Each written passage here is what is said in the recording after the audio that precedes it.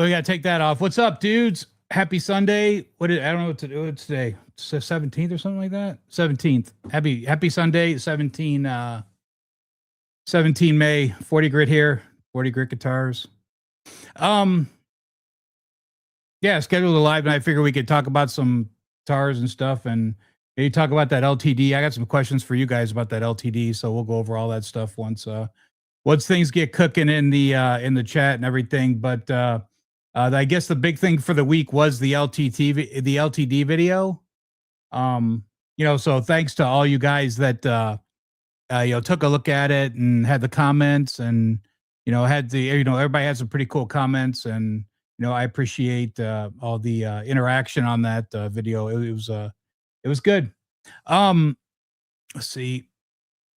Where's my stuff at? I haven't done this in a minute. So if you guys have any questions, you can email me directly at 40gritguitars@gmail.com, 40gritguitars@gmail.com. If you have any questions on any, or, I usually ask for pictures, or if you have a question about something, or, fixing something or whatever, just, shoot me over some pictures and hit me up. And if I'm not working, I'll get back to you. I'll get back to you pretty quick. So also there's my boy Nathan's here tonight. He's moderating. So he built a 40 grit website with swag. So if you're interested in 40 grit hats, or picks, or anything cool like that, we put some money into that stuff. And if you have some interest in that, just go ahead and check that out at 40gritguitars.com.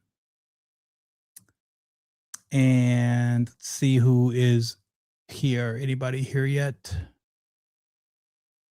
See here, Ronnie Parker. What up, dude? Thanks for jumping in. Appreciate it. Thanks for being here. Ryan's here. What's up, dude? How you doing, man? Just going through some guitar stuff here. Talk about some guitars tonight. I didn't have anything done. I'll go over the limited here in a minute. Chris, what's up, dude? How you doing?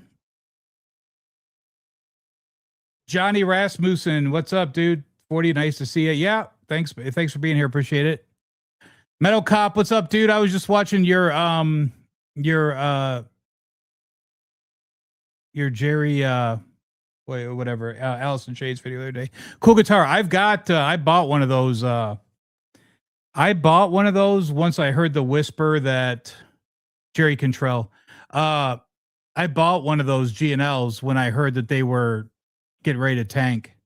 So I got one, but I got one with the Kaler. It's back there right now. It's actually, I think that's the second to last in the queue. But yeah, cool guitar, man. That's a cool guitar to have. And that's the only Kaler I have. I always wanted a Kaler. I didn't know which Kaler I wanted to go after, but after I kind of started doing some investigating and read up on that G&L, he likes that bridge inset, and it's hard to get that out, or you cannot get that Allen wrench in there to lock that bridge to level it out. So luckily enough, the people, I bought it from Texas, and the guy who the guitar shop in Texas had already set it up and everything. So I don't know how he did it, but it's set up pretty good, and I got 9s on it, and it's good. So no issues there. But yeah, cool video, man. All the graphics super cool that you did on that. So yeah, turned out really good. Darren's in the chat. What's up, dude? How you doing, man? Nice to see you. Any new DeMartini guitars or anything? I heard that DeMartini's done with Stephen Pearcy. I'm not sure if that's true or not. I guess I could dig around a little bit, but doesn't really matter either way. I did see, I'm not sure if you guys saw the videos of who he's got now, but every time I come on these live chats, I draw a blank. But the guy it was in Night Ranger, and all the he was in Whitesnake, and there's a video of him playing with Pearcy, and he's playing a Skull and Blood, and he sounded really good. He sounded solid. So yeah. Metal Cop says we should talk about the in-depth video of Jake Ely's original Bluebird. So hey, I have had several people send me that video, and I still haven't watched it yet. I saw like a short of it with Grover Jackson standing in the background, and I saw like a short or something, and I just never watched it. So I certainly have to go watch that. But maybe we can, I can't watch it with you guys, but I'm surely that's on my list of things to do tonight. Joel Holkstra, thanks, Keith, appreciate it. Hold on a second. Let me get out here. Give Keith a shout. Thanks, dude. Appreciate it. Keith Dotson. I haven't seen you in here. But have you been here before, Matt? Or you new? If you're new, just give me a heads up, dude. Welcome. And if you've been here before, I apologize. But I didn't know that it was green. So I'm going to learn about all this cool stuff tonight once we end the stream tonight. And I'm going to go watch it. So I've owned one of those Charvel, and the deck is small, and I don't want it again.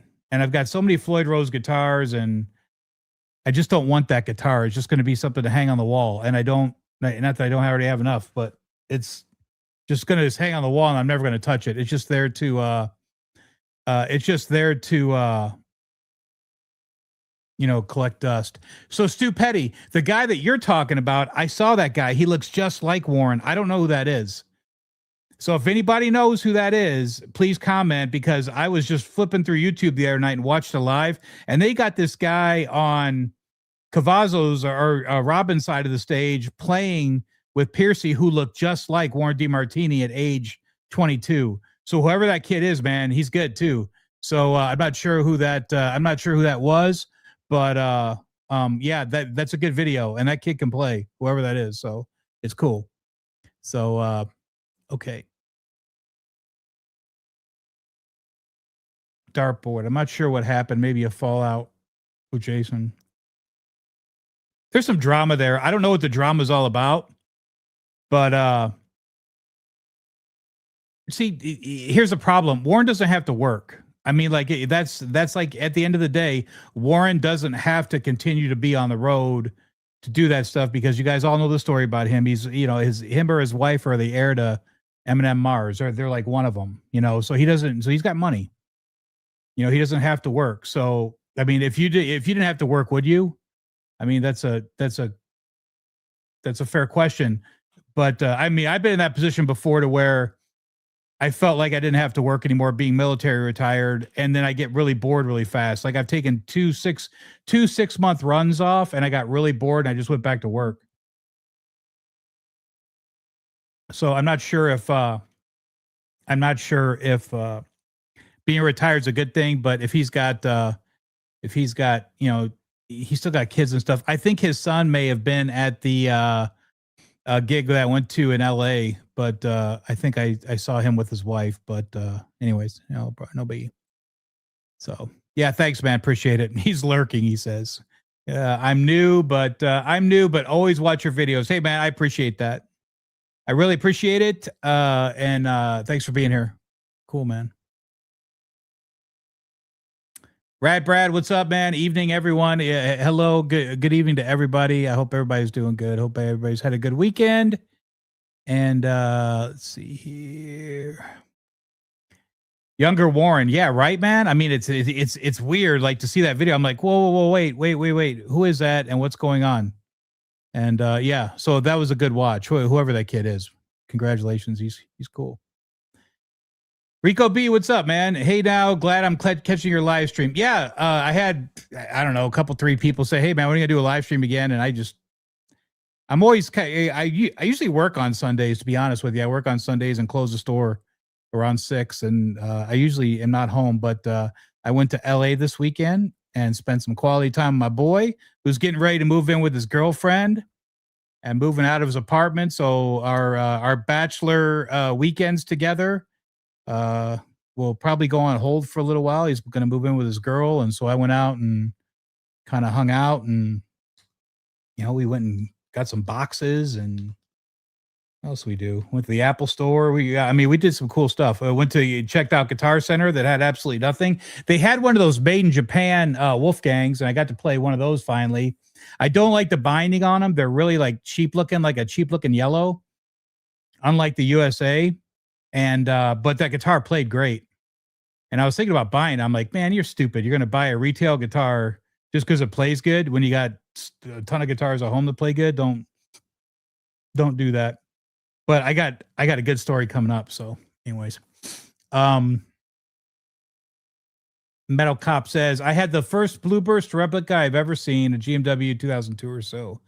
I got rid of it because the 5/8 nut was a slim neck. Just didn't love it. Yeah, man, I get it. I bought a Jakey Lee Wayne. It was white with a black pickguard. It's actually in the picture of the thumbnail for tonight. It's over to my left as I'm sitting on the ground. And that guitar was cool. And I still kind of wish I wouldn't have sold it, but I did. So there's always that. There's still 2 shows scheduled with Warren this year. Okay, yeah. So maybe he's just doing it as he wants to leisurely do it, or maybe he's under contract for those, or whatever. But it's a fair question. I mean, like, if you're going to see Stephen Pearcy, would you want to see Warren, or would you want to see Joe Holkstra, or that kid that looks like Warren DeMartini nailing everything? Fair question. Talk amongst yourselves. I would say that in, I think it was Irvine. I think that was Irvine when I saw him. But he played great the night I saw him. He just his tuning was off. And he was having some tuning issues all night on that red French guitar, which I'm not a big fan of. Just not my thing. Chuck C, what's up, dude? How you doing, man? How you doing? We're talking about you the other night. We were talking about Pias. I think you had one. Didn't you have a powder blue Pia? And then I think you might have sold it. I think I think I saw it for sale, and I didn't see that again. So I think you might have sold it. So you ate Randy too. What's up? Oh, did you change your name, Randy? Randy Price in the house. Randy, thanks for the conversation today. Driving back from LA, called him about some stuff. He's the guru that I like bouncing everything off of.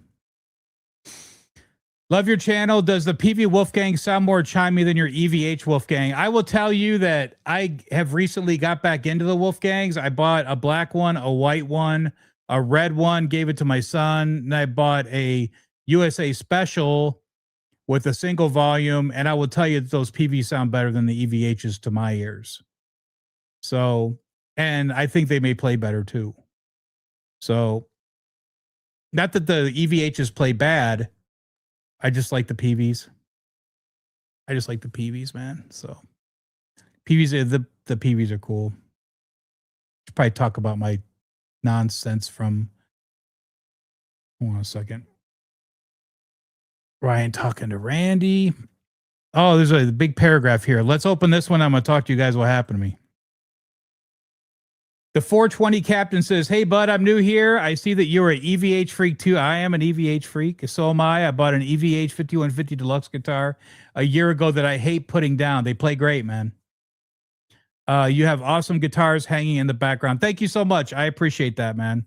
Lots of years of collecting and lots of years of wheeling and dealing, and lots of years of always wanted to be able to look at a wall and see all my heroes without having to, because I can't go hang out with them. So I just come in here and I kind of look at it. The only one I'm missing is Satchel, because I realized the other day a Steel Panther. Steel Panther's great and everything, and I love them. I love Russ Parrish. And I love Ralph. When they were doing the Atomic Punks, I used to go see him quite, every chance we got. I wouldn't say quite often, but every chance my buddy and I got, we would go see him. And I've always been a fan of Russ. And when they did the Metal Shop, Metal School, Danger Kitty, all that stuff, and they were taken off, I was really into Russ. So I got to get my Tiger up there, my white and black Tiger, because I just like, I'm at the point now to where I want to see all my heroes' guitars on the wall. So I've kind of moved things around a little bit, and so I put some other guitars up, but I'm going to I got to find a place. Something's got to get replaced. Probably gonna be Frenchie to throw Satchel up there. Russ Parrish, because man, I was listening. I was going to ask my son to, yeah, because if you've ever listened to Steel Panther, it gets old. You know what I'm saying? I mean, it's funny for a minute and then it gets old for me personally. And I'm going to have him take all the guitar solos and just put them on a CD or something, or, you know, or put them into my iPod or into my phone. So I can just listen to the solos, because that's what I'm waiting for every time I listen to a Steel Panther song anyways. So anyways, thank you for being here. I have awesome guitars hanging. I thank you so much for that. And that's you know, I'm an old man. That's years of collecting, and I love being able to come in here and look at it and go, God, that green Charvel, man. I mean, like, I drooled over that for years when I was a kid. You know, all the Lynch stuff, the Rowan Robertson Charvel that I built, you know, the Steve Vai. I mean, not so. I mean, I got Vai up there, but you know, it's just. I guess it's kind of a consolation. I don't know. I'm more of a fan of Satchel than I am Vai, so maybe I should just take down the Vai and replace that. Put Satchel there. I don't know. Well, we'll see. It's fun to talk about. I'd rather see Warren in any context. I see. Yeah, I want to see if somebody commented. Yeah, man. I mean, you know, it's Warren. He's cool, man. You know. Let's see here. I did it. I did, but it was just too fancy. Yeah. Okay. The Pia. Yeah. So they had a black one at Guitar Center this weekend in Thousand Oaks, and I took it off the wall, and it's just beat the shit. I mean, like, the kid's been in there playing it, and it's all scratched up, and I was like, man, why would they let somebody just come in here and do this to this guitar? So, anyways, yeah. So, okay. So I'm out in LA and I'm looking for a deal. And just to go, just the thrill of the guitar safari, I'm just looking for a deal. And I hit this guy up who had a made Japan Wolfgang. After I left Guitar Center, I saw it. And then he had a Satchel. And I hit him up on a price, and he goes, well, I can't do that. And I go, well, let's make it a 2-guitar deal, make a deal on the Satchel. Nah. Hey, well, no, he said, I'm super busy today. Let's get together tomorrow. I said, I'm leaving tomorrow, man. No worries. So then the next one comes up, and it was, I forgot what it was. But there was another one I was working. That one kind of went to the wayside. And me and my boy are just sitting there hanging out, watching TV. And then I look at Facebook Marketplace for LA, and pops up a purple Wolfgang, PV Wolfgang purple 1850. Perfect condition. It looked like it was perfect. So I go, me being stupid or whatever, I said, I'll give you 17. The guy responded immediately and said, okay, where are you located? I said, well, can you drive to Hollywood? He said, for that, I'm going to want full price. I said, let's do this. I'll drive to you tomorrow, because he was in Irvine. I said, I'll drive to you tomorrow. I'll bring you, cash, and we'll just do the deal. Okay, cool, man. I'm really getting beat up on this guitar. And I go, I'm sure you are. It's a cool guitar, blah, blah, blah.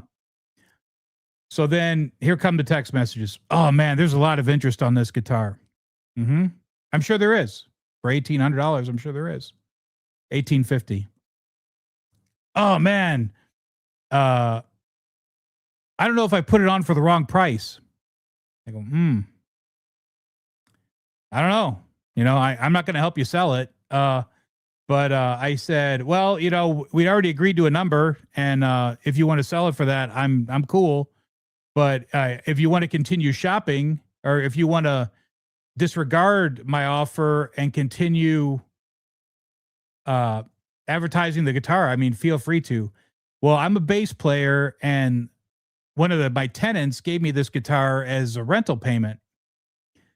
So I took it to Guitar Center, and they wanted to give me $1,200 for it, because I'm really a bass player and I was going to buy a bass. I said, oh, well, you're getting $500 over what Guitar Center was giving you. He goes, yeah. Okay, cool, man. We'll just see you tomorrow. And I said, okay, cool, bro. Sat there for about 20 minutes, and I feel it in my chest. I go, this is going to unravel. And I looked over my boy, and I go, hey, man, I'm just telling you, this is going to unravel. And it wasn't 5 minutes later. And the guy texts me back and goes, I got another offer, man. And I go, okay, well, I didn't know we were doing offers, but what's that number?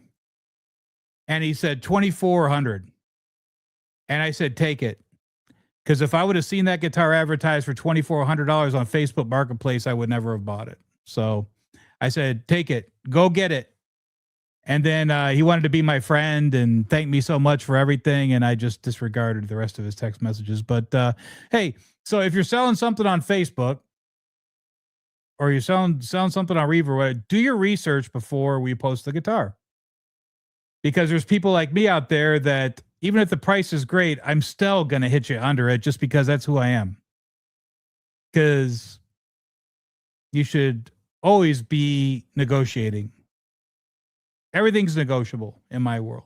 So if I would have said 1850, I still would have lost. So I'm glad that I hit him a little bit low. And then the only problem was we went down and got cash and I had to put it back in the bank. So, which is not a bad thing, because then I started thinking about it, and I had a purple PV Wolfgang before. And you know what the difference is between the purple Wolfgangs and the purple Ernie Ball Music Bands? The Ernie Ball Music Bands look better. The purple was a better color. The PV, I think early they were really ugly on the quill tops, and then they got better. And then, but they were really dark. Like every time you see a PV Wolfgang in purple, you'll never see one with that lighter purple. It's always a dark, deep purple. And then once you put light on it, it brings it out and it looks really good. But I was sitting there before the guy had gone back on what he said he was going to do. And I said, they're going, do you really want that guitar, man? You know, like I was going, because you sold the last one you had because it looked like it was black. You know, like I would open up the case and I'd be like, oh, here's my purple Wolfgang. And it looked like it was a black Wolfgang sitting in the case.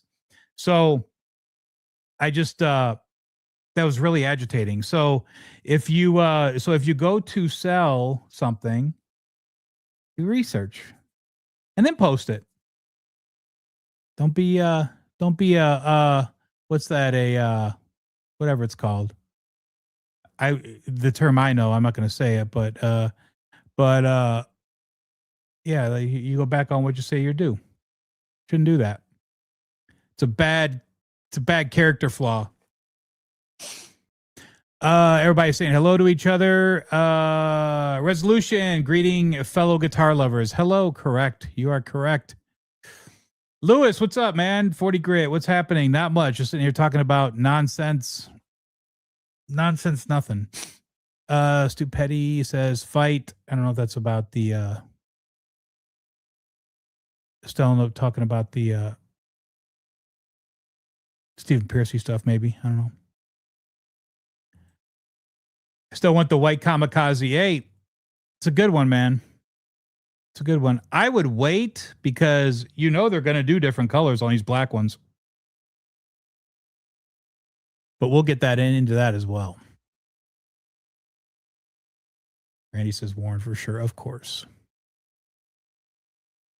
Dane, what's up, dude? Zim's Guitars, what's up, man? How you doing?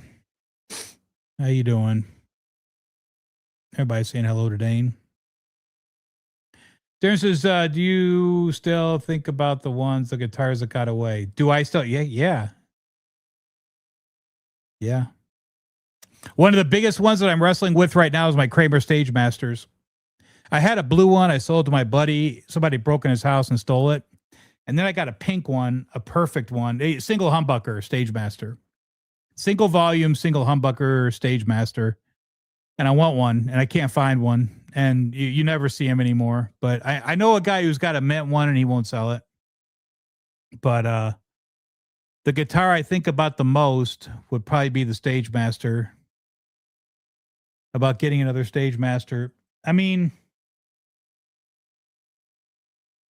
I had a bunch of John Suhr guitars that I sold that I had built, and then I sold them to my friends because I thought I'd just go buy another one if I wanted one. But I think we had talked before, like, you know, with people, I think we had talked before with, you know, on lives or whatever that, you know, that I just never, I didn't gravitate to those guitars. I mean, I gravitated to the pickups. I gravitated to some of the ways that that John did things, but the guitars never really. I got to say if I had the ability to go walk through John's shop right now and take any guitar, I don't even know if they're doing them anymore. It'd be one of those antique Guthrie Govans, because they just played fantastic. I mean, every time you picked one of those up, they played great. And man, those guitars played good. And but that was my era when I was there. So I'm not even sure. The Modern Antique, they were called. And I'm not even sure if they're still doing those, but I'll tell you what, when I came into work and all my guitars were lined up, I would be happy, because I'd be like, cool, man, I got Modern Antiques today. There were cool times, because you would go down to your assembler and you would look and see what builds you have for the day or whatever, or what necks were in the queue, and you could see what's coming. And I always hated black, because black, I mean, like, you would just finish everything and it would just scratch the. I just hated doing black, and the finishes were kind of, they weren't totally solid yet, so in my opinion. So I spent a lot of time on the buff and wheel before it went to QC. But yeah, the Modern Antiques, man, but the Sir, maybe the Sparkle Sir, like what's his face, Alistrada. I built a look-alike guitar of Alistrada's Sparkle that I sold, and I probably should have kept that guitar. The Stage Master, and everything else, I think I'm good on. I think I have 100, or I've got 117 guitars right now. And I think it's difficult for me to look for guitars now. Stuff falls on my lap more than I go looking for it. So thanks to my channel, people go, "Hey man, did you see blah, blah, blah?" And I'm like, "Oh God. Yeah, it's awesome." Lewis is saying hello. I have a few that I waited on and waited too long. Hey man, maybe I waited too long on the PV Wolfgang. But in my opinion, I'm glad I didn't buy it now. Now I'm glad I didn't come home with it, because I'm in the pocket now of it getting hot, and that's just another guitar that I have to go out and set up. And then I'm under pressure to figure out, okay, when is the weather going to be good enough to where I can go out there and work, and blah, blah, blah. And it's just, it's good that it didn't work out. So, and again, those PV Wolfgang purples never look quite right to me, or never look as good as the Ernie Ball Music Mans ever. They never do. Peggy, what's up? How you doing? Nice to see you. I'm sure James is there with you right now. Tell him I said hello. Everybody is saying hello. Oh yeah, Russ was in Fight. Yeah, 100%. Yeah, man, Russ is like my one of my favorite stories. I think I told it before about Satchel. Was we went to the lake of the Vegas. They were headlining, or no, Led Zeppelin was headlining the Vegas New Year's Eve. Steel Panther was opening for him. So I go, or no, Steel Panther was headlining, Led Zeppelin. I don't know. Either way, no, because we were watching Led Zeppelin. So Steel Panther was headlining. Led Zeppelin opened up for Steel Panther. And I was standing in the front row, and I'm sitting there jamming out. And it was some Zeppelin song. I'm just sitting there like with my arms on the barrier, just like jamming out. And I looked over and I see this guy with really short hair rocking out, just like rocking out. I looked at him and I go, God, I know that guy. And it was Russ, because, they all wear wigs. And he looked at me and he saw that I knew who he was. And he just gave me that. Because he knew that I had figured out who he was, It's seriously hilarious, man. That's one of my favorites. He's such a cool guy, man. Difficult to talk to because he's always in character, but the times I've talked to him, it's always been fun. And I've emailed him a couple times about his pickups when he was using the Waynes. I was asking him what pickups were in him, and he would always reply to me and tell me what guitar. He said, I think I got blah, blah, blahs in there right now, or whatever. So, Talking about Satchel, I was talking about Satchel. That is correct. Do I write originals? The only original I have ever written is my music on my stream. That's a tune that I had written when I was a John Sir, and I was just sitting there one day and I came up with the beginning, the solo, the melody, came up with everything all at one time, and it was really cool. And then I had recorded it with my buddy, and I've had it for years. And when I started this channel, I was like, well, I'll just use that original song that I did as my intro music and blah blah blah. So the intro music is the only song that I've ever put together, and it sounds like a Rat song. So yeah, that's what you get. Sounds like a B-side Rat tune or something or some nonsense. Dane, don't tell me Dane's still here. There's no way Dane is still here. Let's see here. Is this a music store or your home? This is my home. It's my guitar room. I'm lucky to have it. My girl lets me do it, so lucky to have it. It's my home. Let's see here. There's James right there. Hello, James here. Peggy changed my icon. Very good to see you back, man. Yay. I'm sorry that I don't do this enough. I probably should do it a lot more. I just don't want to I don't want to flood this. I would rather have you guys all come and visit me and we have a lot to talk about the whole time than to do this every night and have nothing to talk about. So that's kind of my thought on it. So I appreciate you being here though, James. Tell Peggy I said hi. What'd you guys have for dinner? What'd you guys have for dinner tonight? My girl looked at me about an hour and a half ago and she had a box of macaroni and cheese and she goes, "You want to make this tonight?" I said, "Yeah, let's do it." Hey, aren't you in Ron's show? Yeah, I saw that Ron Gunner has his own channel now. I see that he's on quite a bit, so congratulations to him. Rez, I believe it's his home. It is my home. Yes, it is. Robbie Stingle, what's up, pal? Here's my boy. Don't sweat at the 40 stage match. Don't sweat at 40 stage. Yeah, I could find one for you though. If you could find me a single humbucker stage master, I would be, because I look all the time. You just don't find them anymore, man. There, I had a blue one, and the flip flop blue, and they're so hard to find now, man. They're so freaking hard to find. So, yeah, absolutely. Find one. Let me know. Where is it, and how much do they want? Everybody's saying hello to each other. I could start my own guitar store. That's already been discussed. I drive around with my girl, and we're coming back from, I think, Prescott one day. Oh, no, we're just coming back from Home Depot or something. And I go, I don't know. I said, it's so overwhelming sometimes, all that stuff I have. And she goes, Mike, well, I look at it one of the two ways. You're either going to have a big sell-off one day, or you're going to open up a guitar store. And I could do that. And I go, well, I'll tell you what, you run the register, and I'll sit in back, and I'll do repairs and hang out with people and talk about guitar stuff. I just can't imagine how cool that would be. Problem is the brick and mortar stuff. It doesn't, I don't think it pays. I think if I was going to do anything, I'd probably just open up a reverb store or put everything on my 40grit.com, my 40gritguitars.com site, and just sell off my own website. Like, my buddy up in, what's his face up in Montana.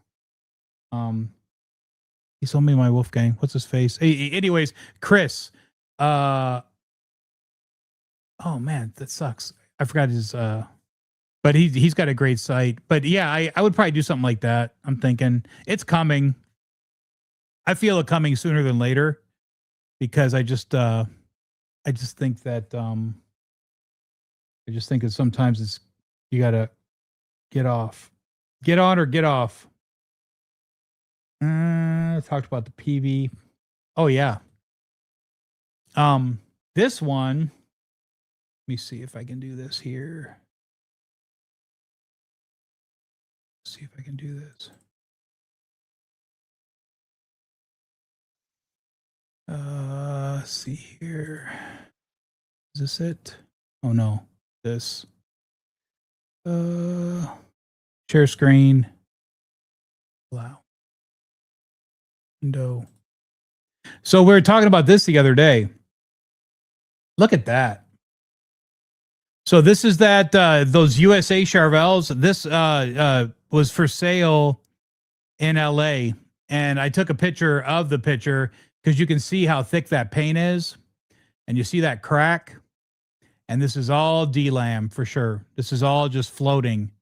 I'm sure this is floating. I think that's a crack right there too. I think that's a crack right there. And this is all floating. All that's DLAM'd. All this is DLAM'd. That's cracked. You could just take your fingernail and crack that right off. So he wanted $1,300. It was a telly, and he wanted $1,300 for USA. I thought that was a little rich for my blood, so I decided to get away from that. But yeah. So I talked about that. So yeah, on those USAs, be careful on the early ones because they're always going to be DLAM. There's so much paint on those, and very similar to the finish on the PV Wolfgang specials, the same thickness. Because I've seen those PV Wolfgang specials do the same thing, not as much as the Charvels, but I've seen the PV Wolfgang specials do it too, the USA ones. So that's that can happen. What's up, Cushman? How you doing, dude? Thanks for being here. I appreciate it. James is everybody's talking amongst themselves. Let's see here. He just stepped in. James says, I just stepped in. Anybody I missing? I was building a shed with Peggy. Oh, that's cool. Build a shed today. What'd you guys have for dinner? Cool. I will listen for it next time. That's the intro, my outro. That's all the same tune, but I broke it up and yeah. Oh, Dane, you're here. What's up, dude? I was gonna come out the other day, but I got busy doing other things. So I'll come out and see you soon, pal. B-side rat isn't nonsense. Yeah. My songs are nonsense, but I remember when I did it, I played it for my buddy. I go, hey man, what do you think about this tune? And I played it for him and he goes, it sounds like an unreleased Rat song, man. It's kick ass. And I was like, yeah, well, want to play drums on it? Yeah, of course I do. All right, let's go.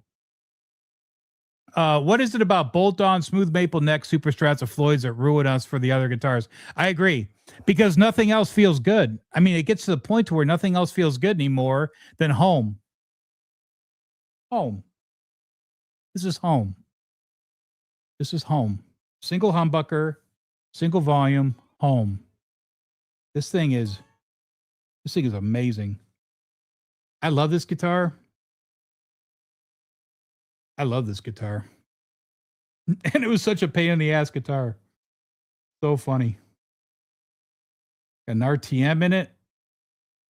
Yeah, look at that. I had to block that. Look at the minimum little block I had to put in there because I'm such a stickler. I want the bridge to be like totally like perfect. So, God, that was a pain in the ass blocking that.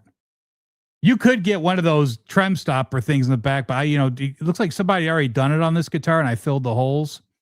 But I don't like doing that. I don't like those trem stopper things. There's not enough touching the there's not enough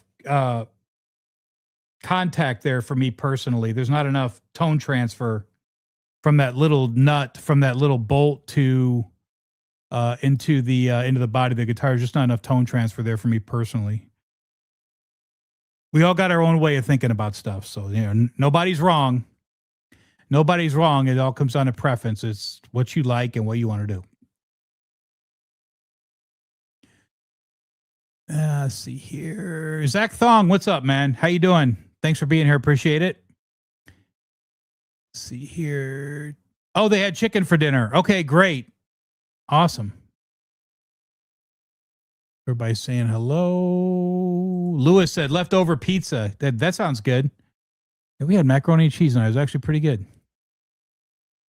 420 Captain says, I can't stand Rob Halford after all the alleged rumors about him and his manager drugging and raping Janie Lane just before Warren took off. That's why Janie drunk. Huh. I never even heard that story. Is that true? Randy, is that true? No, Randy Price is in the chat. Randy Price will know. He's one I bounce everything off of. Randy, is that true?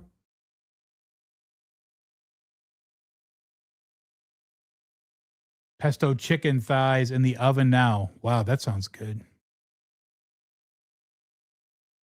Am I backing up or? Ron is my brother, allegedly. Okay. Well, congratulations. Yeah, Ron's got Ron's got his setup over there. He's doing good and he's doing his thing. Good for him. Let's see what else. Everybody's saying talking to each other. I'd say it's a thought, but I would leave everything to my family. Well, this is. I don't think my kid wants to deal with this, to be honest with you. So I got to make sure that I get this taken care of before I'm gone. Rob Blackmore, what's up, man? Thanks for being here. Appreciate it. I don't think I'm skipping over everybody. You guys are just talking to each other and stuff. So I'm leaving everything to Mr. Holland's opus, care of Wolfgang. That's cool. Well, if you want to, I know you have a lot of cool stuff, Robbie. Robbie's got some really cool stuff. Check out Robbie Stingle, man. If you guys are new to you guys want to see, he used to work for Kramer, and Robbie, you should just come back on. We'll do a show maybe here, and then we can get all these new people caught up on Robbie Stingle. How many guitar cases do you have? A lot. We have a storage room. We have a storage bedroom, and it's got a lot of guitar cases in it because every guitar in here has a case, so all the cases are in there. And then my closet is full of guitars with cases. So, yeah. See here what everybody's talking about. Seems like they didn't use a proper prime that shouldn't have released. Yeah, right. I mean, like those USAs, they're bad. They're just bad. They're all delammed. It's not good. The problem is, Rez, most of those guitars were 8 to 10 years old before the paint started delaminating.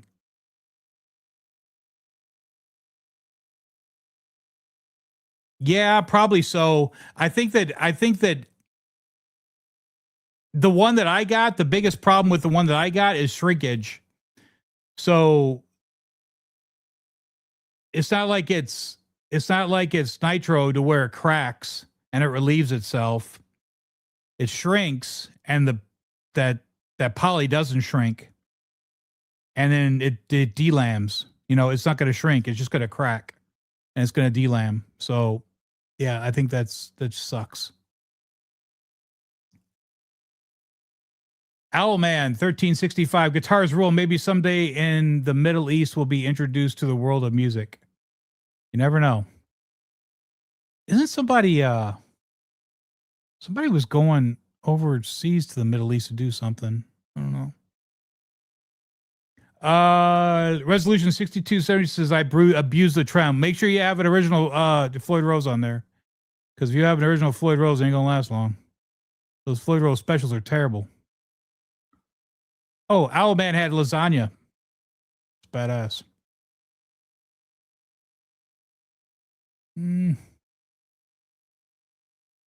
Chuck C said, I think Bobby Brown said something about it. Yeah, that could be. The Captain. If you want to research this, it's on X. Okay, Bobby Brown. Okay. She still fights for him after his death. Oh, that's cool. I saw she's doing she's going to a music store or something. It was on my Instagram thread or something. She's going to be doing a meet and greet or some shit like that or whatever. They said Rob Halford was in town to do Stars Dio project. Warren was in town. That's all I heard. Huh. That's pretty messed up, but that's true. That ain't right. Thanks, 40. Yeah, I've got some super rare Edwards. He does. Robbie Stingle's got some good stuff, man. Shrinkage, the guitar was in the pool. It was in the pool. Yeah. The one that I got it from a guy, and it had been under the bed for years. And he pulled it out and sold it to me, and I was tapping on it. You tap on it, and it goes that hollow sound. and you know that it's delaminated. There's really not a fix for that. I mean, like, especially in that excess, delammed headstocks and stuff like that. I've shown you guys how to fix that stuff, but fixing something like that, you ain't fixing that. You got to strip it and start over again. Or just chip it off and have it look cool, and you can say that you just pulled the paint off, whatever. Stiv 2360, I first found your page when I was having my 5150 built and was looking at the 83 Beretta. Unfortunately, the 5150 was never completed. After 9 months, lock guitar now. Connor is the owner. Well, that sucks, man. You got to get your 5150 done. There's lots of guys out there that do them. I mean, I couldn't have done that. I mean, my guy that did mine, he's fantastic. He's well known in the Van Halen community, and I waited a long time for that guitar, and it was worth it because it's solid, it's good, and it's cool having that stuff, man. I remember when I was a kid living in my first house, or in the only house I grew up in, and I would have dreams all the time that I had a Van Halen guitar, like I had a striped Van Halen guitar. And, back then, with the, in the era that we grew up, you just didn't get stuff, like good stuff, and, I would just dream about having a guitar. My first guitar wasn't even a guitar. I just cut out a guitar, a piece of plywood, and I would hold it, and I painted it. And I was like, oh, so this is how it would feel to have a guitar, And then I ended up getting a guitar for Christmas. I think like that year or the year after or something. So yeah, it's important to have a striped guitar. I agree with that. I see Robbie. Yeah, Robbie needs to be on a panel. I mean, there needs to be, maybe that should. I already talked to Randy about it. We should have a show where we have like a panel, and we all just sit there and just talk about stupid shit. Just like, whatever. That'd be fun. That'd be fun.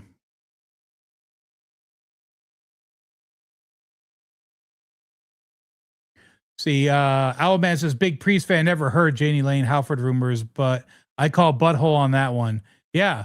I don't know. I haven't read anything about it. I had never heard of that. So if that is true, then, I don't know. That's crazy.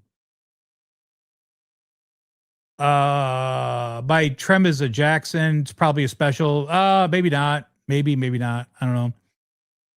I don't want to bag on the special stuff. It's just I've seen what happens on specials when you over tighten stuff, and they're just not, they're not in it for the long game. So I guess that's the best way to say it. They're just not in it for the long game. So any upgrade will be good, which I still haven't even gotten to what I want to talk to you guys about. So any upgrade will be good. Mark Spurgeon says, we're having smoked pork tacos. That sounds really good. I smoked it myself. Of course you did. Oh, God, that sounds good. Chris Nash says, hey, 40, what do you think about the Godo GE 1996T compared to the Floyd Rose? So I'm familiar with both, and I would say that the Godo, I like the Godo bridges. I prefer the original Floyd Rose just because it's what I'm familiar with. When I was at SIR, we used Godo exclusively. Unless somebody sent in a Floyd Rose, we didn't stock Floyd Rose. If we had an order coming, we gave the customer the option to send their bridge in, or we would get them one, but they weren't stocked. So I think the only time they were stocked, they were 1000s when the 1000s first came out, and we were putting them on the Rasmus guitars, and they were they weren't that great. So I'm just an original Floyd Rose guy. There was some guy in my chat the other day that commented on the guitar, and he said something like, hey, some people just don't get it. The original Floyd Rose is where it's at. And I agree with him 100%. And I know that they're expensive now, man. I mean, I know they're expensive. They're stupid expensive. But at the end of the day, I think that you're going to find that if you have a guitar that you really like and you really plan on keeping it and stuff, it's surely worth putting the money into, and it's surely worth the upgrade. And I mean, with YouTube now, you don't even have to take it somewhere it's a direct replacement. I mean, you could do it yourself.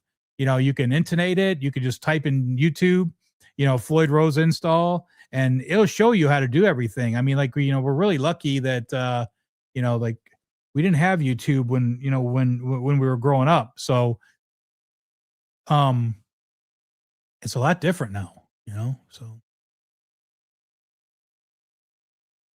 So, but yeah, either way, you can replace the Godo on a Floyd, and you know, you could pretty much direct replacement if you're looking to do that. I've done it numerous times, so I've never had a problem with it.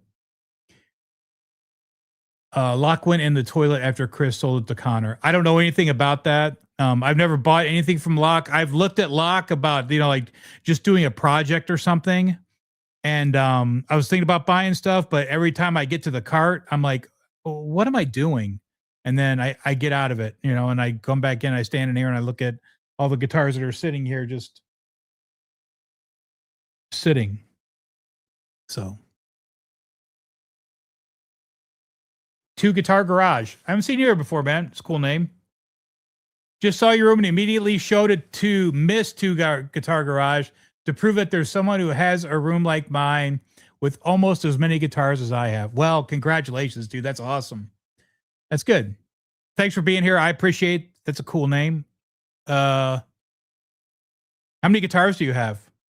I don't think I want to have more than I have. It's out of control. I can't imagine having more than what I and onesie twosies. You start adding them up, man. I really don't want any more guitars.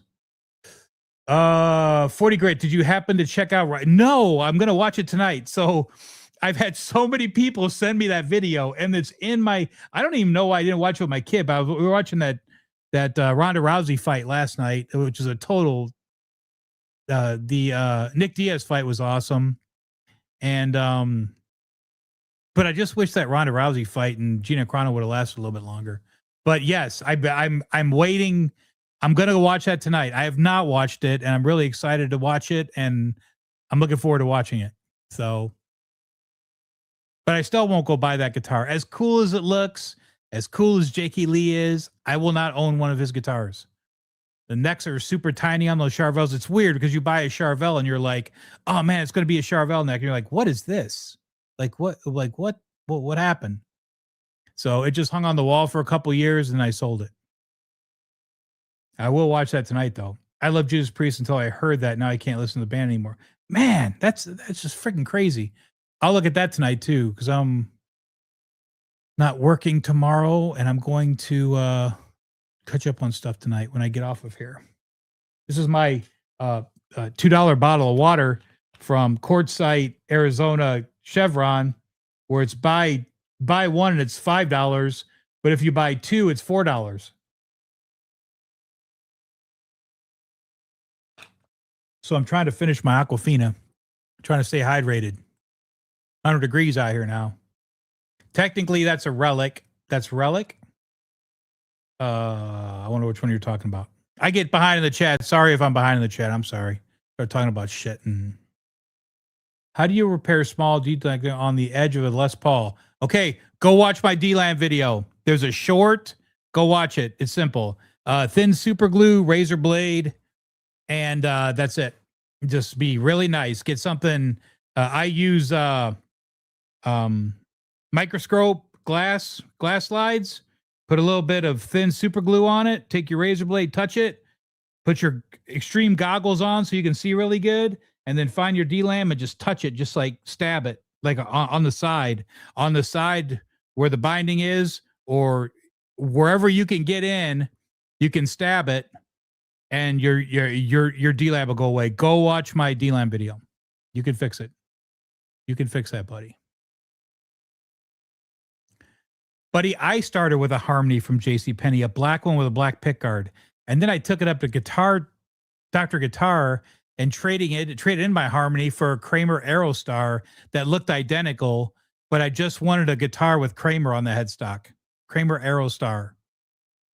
Total piece of shit with 3 single coils, not even a humbucker. But man, I thought I was cool because I had a Kramer. May have been an Aerostar, but it was a Kramer. Memphis. I had plenty of friends that had a Memphis. So yes, I remember all those.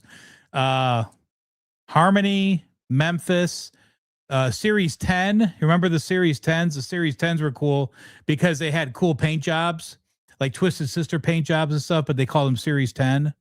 I think there was a Van Halen one too that was a Series 10. It had the Eddie stripes on it. It was red, not tape, but paint. So, yeah, Memphis did that too, I think. Yeah, I think you're right. I remember that. Was it Series 10? I think it was Series 10, right? I think I'm right. Women will always say you have too many guns, guitars, and cars, but they'll never mention shoes or outfit. They'll never mention shoes and they'll never mention purses. Because that's always been my counter. How many guitars do you need? Well, how many purses do you need? And then the conversation stops. It just goes away. It just goes away. That's simple. Think smarter, not harder. At Two Guitars Garage, you can never have many. I don't think you can, but it gets old after a while. The Godos seem to be fairly priced. Yes, I will agree with that. The Godos are lesser priced, and they're probably just as good as the Floyd Roses. I remember one time we were having a tuning problem with the Godos at Sir. We couldn't figure it out. They just weren't coming back to zero. We were having a problem with them, and John thought that might be the posts. And we were just like, we're just like, and that goes back to the guys that I love, the guys that say you should never. And if one of you guys is in here, we could just agree to disagree. Don't go slamming me or anything. But I love the guys that say you should never adjust your Floyd Rose height under tension. I've done it on a million guitars, a million. Now, if you're sitting there every day and torquing up and torquing down and everything, you're going to wear it out. You're going to mess up those posts. You're going to mess it up. If you do it as you should and do it once and it sits like that for a long time, you're fine. But I saw a thing the other day, some guy talking about you should always take the tension off of your Floyd Rose when you adjust height. Why? Think about the amount of work that you have to go through to take the tension off, adjust it, tune it back to pitch, check it, because you're not going to be able to check it right unless you're under tension. And I've just always got a kick out of those guys. So anyways, you can, to all of my subscribers, it's fine to adjust the height of your Floyd Rose bridge under tension. It's fine. And hey, if your posts ever wear out, just call me. I'll give you a set for free. Because I won't say hundreds, but I have several. It's always good to have a big stash of Floyd Rose stuff. To build a 5150 out of the actual parts Edward used with a prototype Fernandez bridge with the big steel block with scale on it and pickup one for Edward 82, I could hear the difference like Ed. Yeah. Well, you could, Robbie, because I mean, that's just, a normal guy like me. I can't. I mean, it's just Robbie chases the perfection. I chase pretty good, but I don't go to the level that Robbie goes to because Robbie really gets in there. He really gets in there, and God bless. Because I don't. Sometimes we'll get to the patience. I don't have the patience sometimes.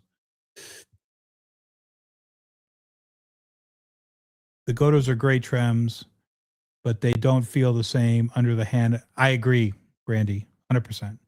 But me and you are Floyd guys to the end. So you and I are Floyd guys to the end. I wish there was a YouTube channel. Yeah, right, man? I would have learned guitar so much faster. Yeah, man, right? Every once, I mean, it's actually really good for me personally because I don't have time to come in here and buy a song, put a song on, figure it out. There's plenty of times on my days off when I'll hear something. I'm like, oh, that's a cool lick. Like the other day, I'm listening to Eddie Trunk, and as agitating as Eddie Trunk is, because he's super agitated, he knows everybody. Everybody gives him stuff. That's all he ever talks about is himself and blah blah blah, right? So, but he does play good music.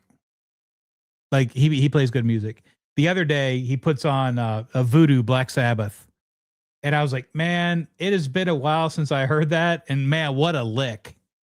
What a lick, you know? And I was sitting there going, oh man. So I was sitting at my kid's house last night, just going back through it again, and I was like, man, just good stuff, man. All that Dio stuff. I mean, God, man, what a talent! What a talent! Somebody. So that's the Rowan Robertson guitar from his time at Dio. Because I like that time in Dio. I was in Desert Storm during that time, and I remember I went down to the ship store, and they had just gotten a tape restocking, and I saw Dio Lock Up the Wolves, and I bought it, and I was like, oh my god, this is amazing. And then I remember when I got home, I did a deep dive on the Rowan Robertson, and I did a deep dive on like catching up on stuff because I was on deployed, and I remember I saw that Hey Angel video, and that guitar was in that video. I was like, that is the coolest guitar I've ever seen, and I want that. And it took me, so let's just say that was 91. So I was 20. And I did that probably 3 years ago. So at the age of 52, I got it. So what's that? And if you guys have never seen the Hey Angel video, it's cool. Just because Rowan Robertson was 17. Dio recruits some 17-year-old kid who's just shredding. And he's tasty, man. Like his licks were, that solo on Hey Angel is just tasty, man. It's cool. Steve Vai uses an Edge bridge, if I recall, yes, and he abuses the crap out of it. I'd be curious to know how many he goes through. Yeah. Yeah. I'm sure he does go through them. I'm sure he does. Rick's Music World 777. I'm selling a 2000 Ibanez JS 1000. Nice guitar. Does that have the hold on, JS 1000 with the most beautiful Les replica you will ever see, both for 1500. Okay, well, check out at Rick's World 777 if anybody's interested. I've considered one of those Joe Satriani guitars with the sustainer, but I saw one this weekend at Guitar Center. I was like, man, those horns just don't look right. Would you just keep the original pose if you ever replace the Floyd Special with the Godot? So yeah, sure. Yeah, for sure. Unless you're more interested in having the Godot posts. I think those are direct replacement though. I'm almost positive. You won't have to pull the inserts. I think they're just direct replacement. And even if you did have to switch out the inserts, I don't think that's not a big deal. You just pull them out.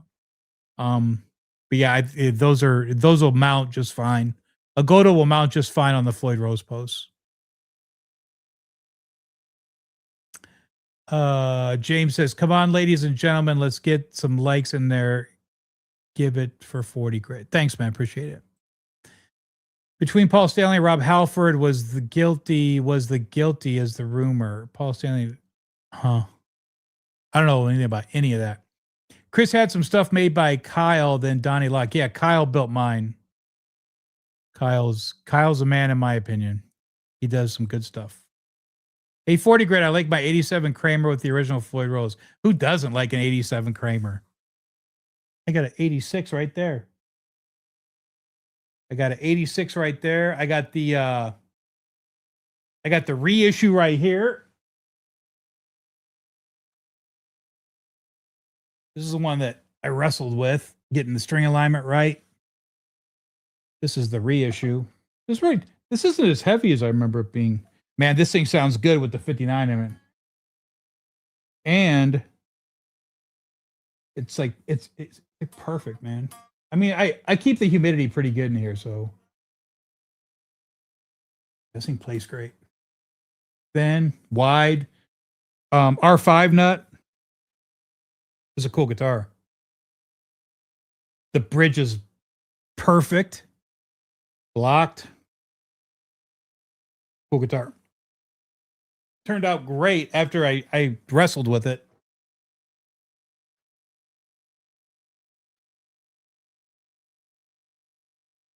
Speaking of wrestling,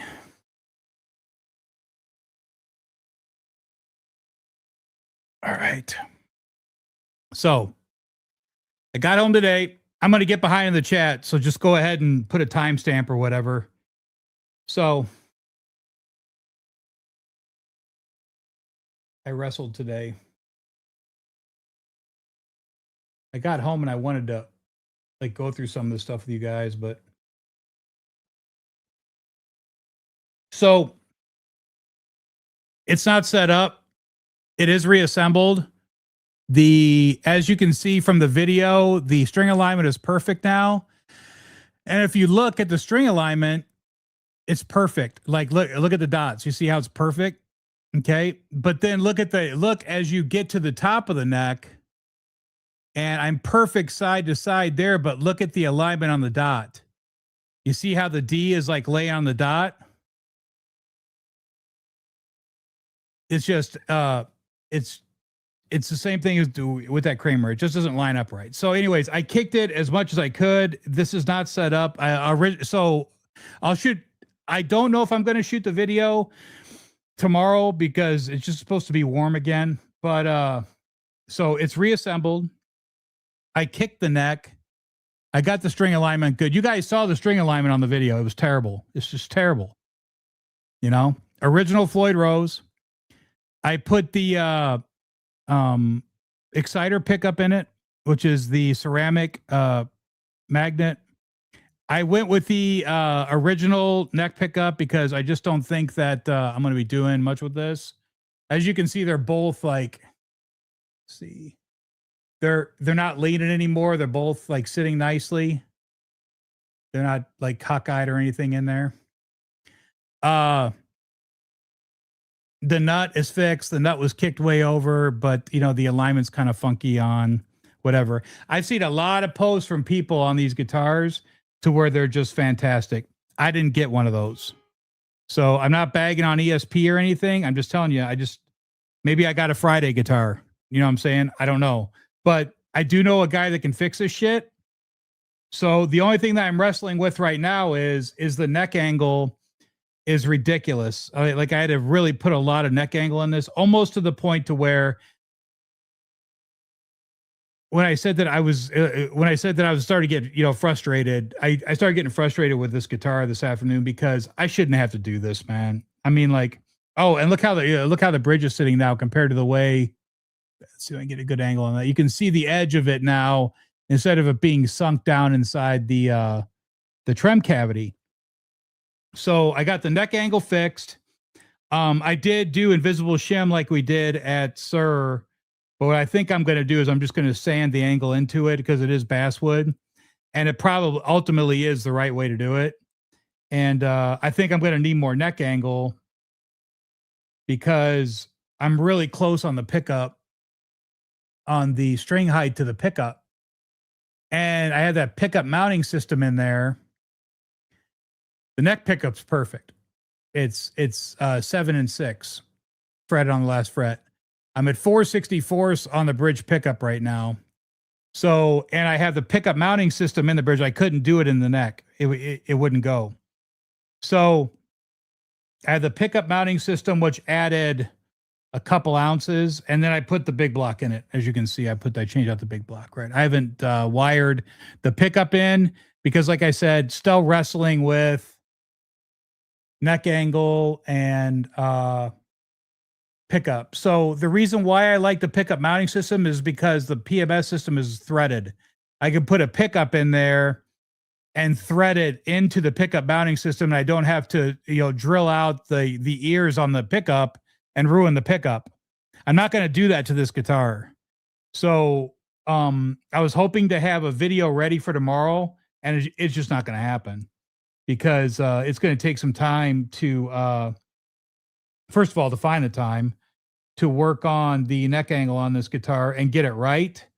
And then because I want to leave the pickup mounting system in it because this is a pickup I want in it, and I don't want to go direct mount, drilled in, drill out the ears and then screw it right into the body. I don't want to do that. So I'm not going to do that.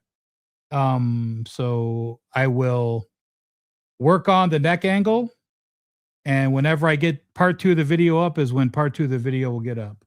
But I mean, as you can see tonight, the string alignment is good and the alignment at the nut is good. And it was kicked way over and it was just a mess. So I like where the bridge is sitting right now. I mean, like like the angle on that neck, it doesn't even look like I put that much on it, but I put a lot on it, man. I mean, like that neck was almost sitting, the overhang was almost flush to the body. So, you know, if you guys got one and it's perfect, congratulations. I'm very happy for you. And it's probably just fine, which I was going to ask you guys. I had some questions for you. I'm debating just going out and putting this guitar, putting it back, seeing that I fixed the neck angle, the alignment, and the alignment of the nut. I'm thinking about just going back out in the garage and taking everything off it and putting everything back to stock. Now that I fixed everything, and just sell it, or just do something with it. But there's zero chance of me keeping it with a Floyd Rose special on it. And but that could just be me talking frustrated right now because this guitar frustrated me this afternoon. So, but it was also warm out. So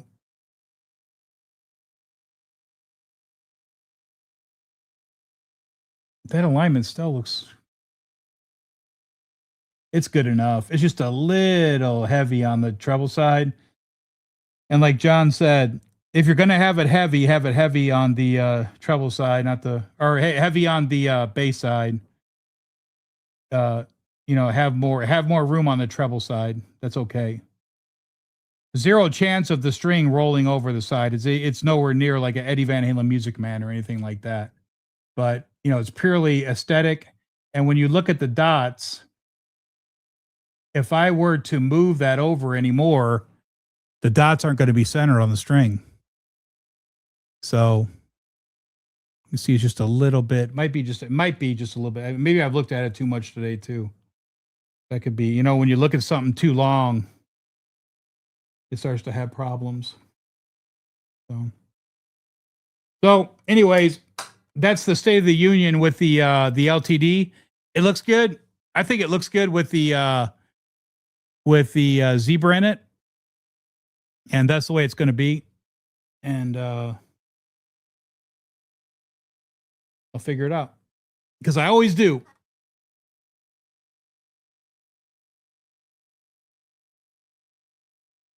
But let's get back to a real machine. Let's see here. Okay, so resolution. Sorry about my butt. I can take that off my list now because now I talked about it. I got to put. My girl always tells me, "Do you have your list?" Because if I don't have my list, I just ramble on stuff. So I talked about the hot rod too. So my list is complete. Let's see here. Resolution 6272. I found a 4-hour video interview with Jake E. Lee. Not sure if you've seen it.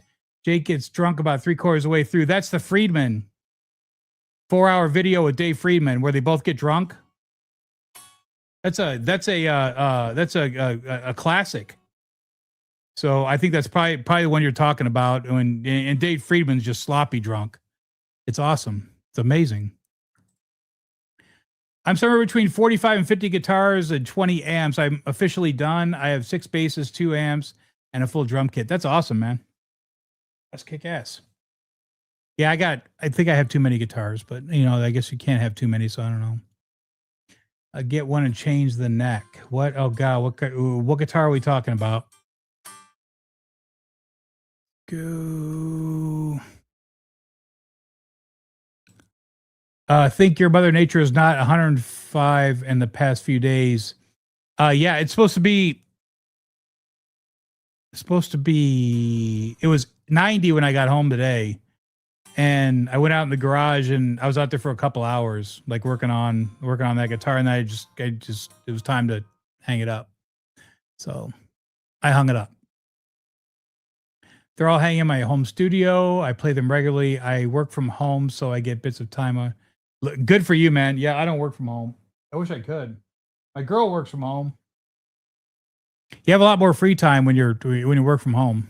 I can't even imagine how fun that would be. I'll work from home one day when I retire. I'll probably just do guitar stuff. There's a guy out in Lake Elsinore, California, Chuck Block, that used to help me with guitar stuff before I started working at Sir, and a very talented guy, man. Check out Chuck Block. Um, and I'm pretty sure he's still working on guitars, but yeah, he was great. And he was retired. He used to work out of his garage. That's what I see me doing when my time comes. I'll just sit out in the garage and work on people's guitars. If Rob Halford was screwing anyone in the music business, it was Freddie Mercury, Bruce Springsteen. Lots of talk tonight about Rob Halford and who he was getting, whose pants he was getting into. Yeah, that guy. If any of that's true, man, that's not cool. Rob Blackmore, until next time, 40 grand. Everyone have a good one. Hey, thanks for being here, bro. Appreciate it. Thanks for stopping by. Much appreciated. Yeah, my girlfriend had a Pink Series 10, and it was actually a great guitar. I remember those guitars. I lived in Westland, Michigan, and they had Westland Music, and we used to go up there and look at Dr. Guitar was actually the cool guitar shop. Westland Music was more like the family owned, and like if you picked up a guitar, they'd come up and ask you if you needed help, and they didn't want you touching anything. But Ralph, rest in peace. I just found out that he had passed away. Ralph, who owned Dr. Guitar, you could go in there and just hang out. We used to go in there and hang out every chance we got. It was amazing. And what was that guy's name? We used to go in there, and he had a Kraber 86 Beretta, just like the one I got. That's really why I have that guitar. And and there was a kid that used to go in there, and he had one. He used to sit there and just play Lynch licks all day. I just sit there and go, God, that guy's awesome. Thanks for Rico B. What's this? Because some have a copper plate and it will flatten out the blade. I don't know what that is. To Guitar Garage. Honestly, Miss Two Guitars a Saint, just the best wife, friend, partner, and teammate ever. I'm a very lucky dude. I am as well. She's always been very supportive of what I wanted. There's been a couple times she said, really? But for the most part, she's always cool about it. And she always pretends like she's interested, which I know that she has zero interest. But she always pretends like she's interested, and that makes it even more fun.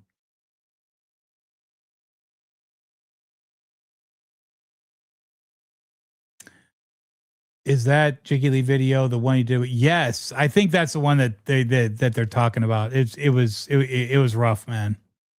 It was rough. Jake had drama with his girl, and she's just a mess, just a mess. But I mean, that's a cult classic right there, man.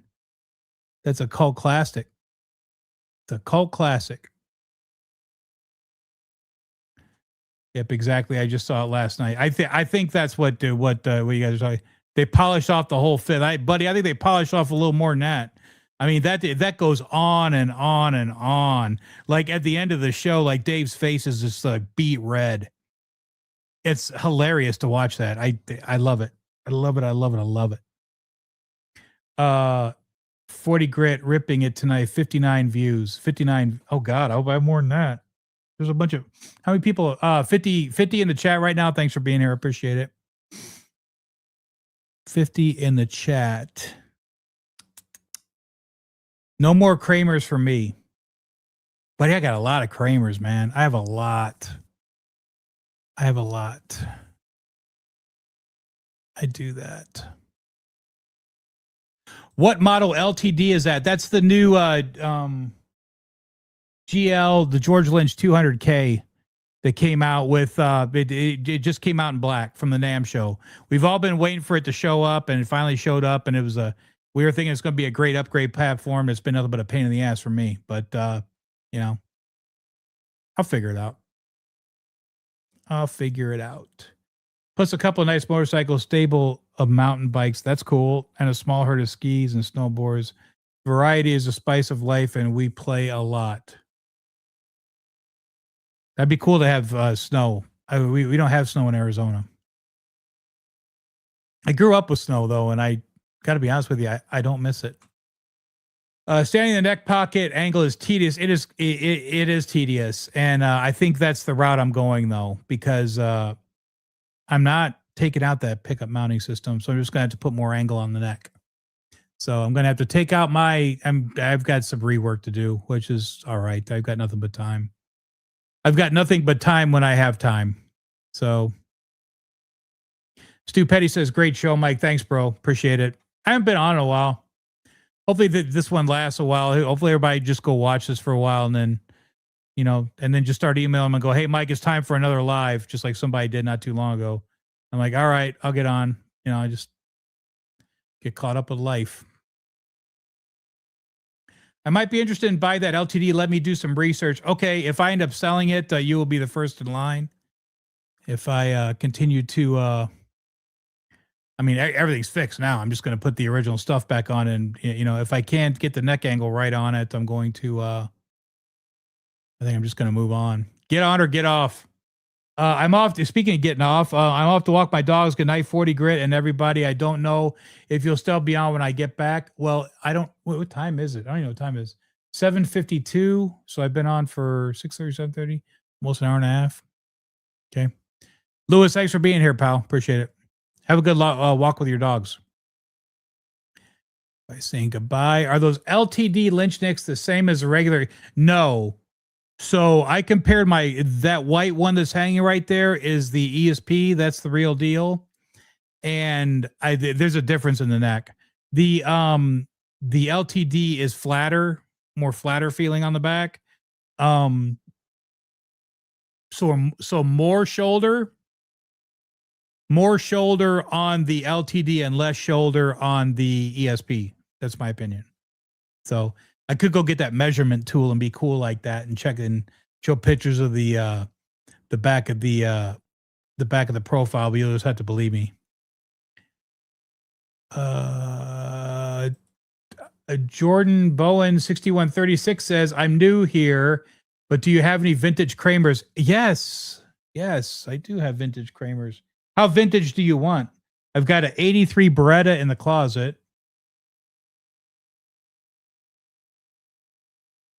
I've got my 86 Beretta right there. I think you can see it. Right there. Right there. That's an 86 single humbucker Beretta. And then I got a lot of Berettas, man. But they're all in the closet. You don't have a bunch of Berettas out. It's cool to have one and then, yes, I have a lot of vintage. And if you want to see my vintage Kramer stuff, it's all on my channel. So you can go back and watch the videos. A lot of the vintage Kramer stuff. I have a transition neck and then 86. So I did a video with the two Berettas. I have the Monsters of Rock Beretta. I have two Beretta 2s. I have a Paul Dean. I got a lot of Kramers. So anyways, if you want to go look at what Kramers I do have, they're pretty much on my videos. Just go check them out and then email me if you have any questions or anything. The 200 series Lynch LTDs are not the Lynch profile. Yeah, they're not.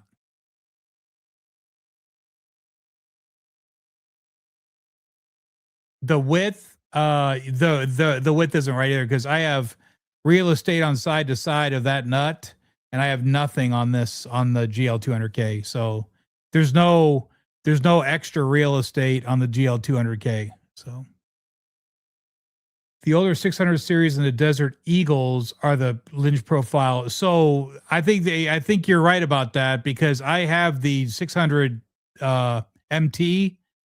And that's identical to my ESP M1. The GL, yeah, that's right. The GL 600 MT. That guitar is identical to my ESP, the M1. It's identical. The guitar is identical. I did a video on it. If you guys are interested in that, there's a video comparison. They're pretty close. I don't know if they're they're identical, but I know that ESP stopped building that guitar because of the closeness of those two guitars. Watch the video. It's a good one. I think I had good views on that one. 40 has a 84 Beretta. I did the yes. Is that an 83 Robbie or is it an 84? I don't know what it was, but Robbie did the fret work on it. I think his initials are inside the on the back of the neck. So that is correct. That was wasn't that a cool night when I pulled that neck on Johnny Bean? That was funny, man. We pulled that neck and then we found out that was your initials. That's just that was a cool night. That was fun.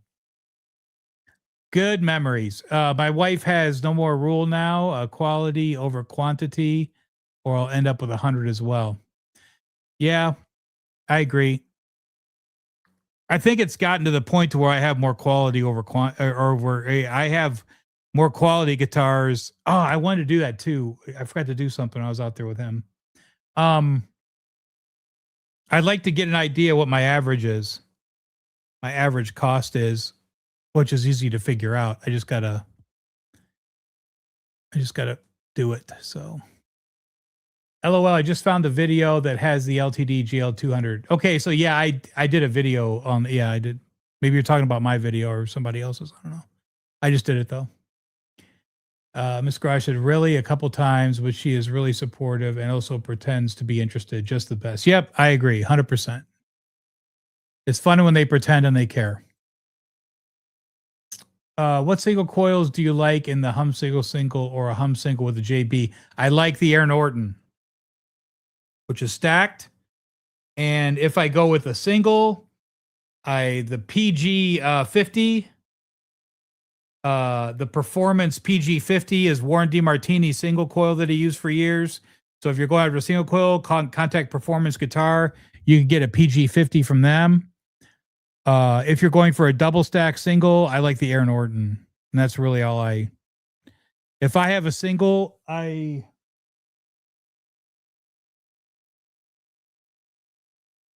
so this is one I built and that's got the Aaron Orton in it.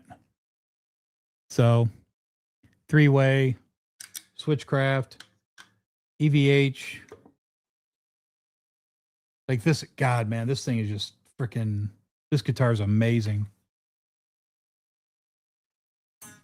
And I built this one. I painted it. I reliced it. I did everything. This is a good one. This is a good one. You sit here and look at him. But yeah, Aaron Orton. That's a cool guitar, man. Cool guitar. Uh-oh, hold on. Okay. The PG50 is really good. That Performance. If you like Warren DeMartini's tone, he had the PG50s in his Corsair and in his in the Bugs Bunny guitar, and all those were Performance. So if you like the DeMartini tone, get the PG50. What kind of humidifier do you have in your room?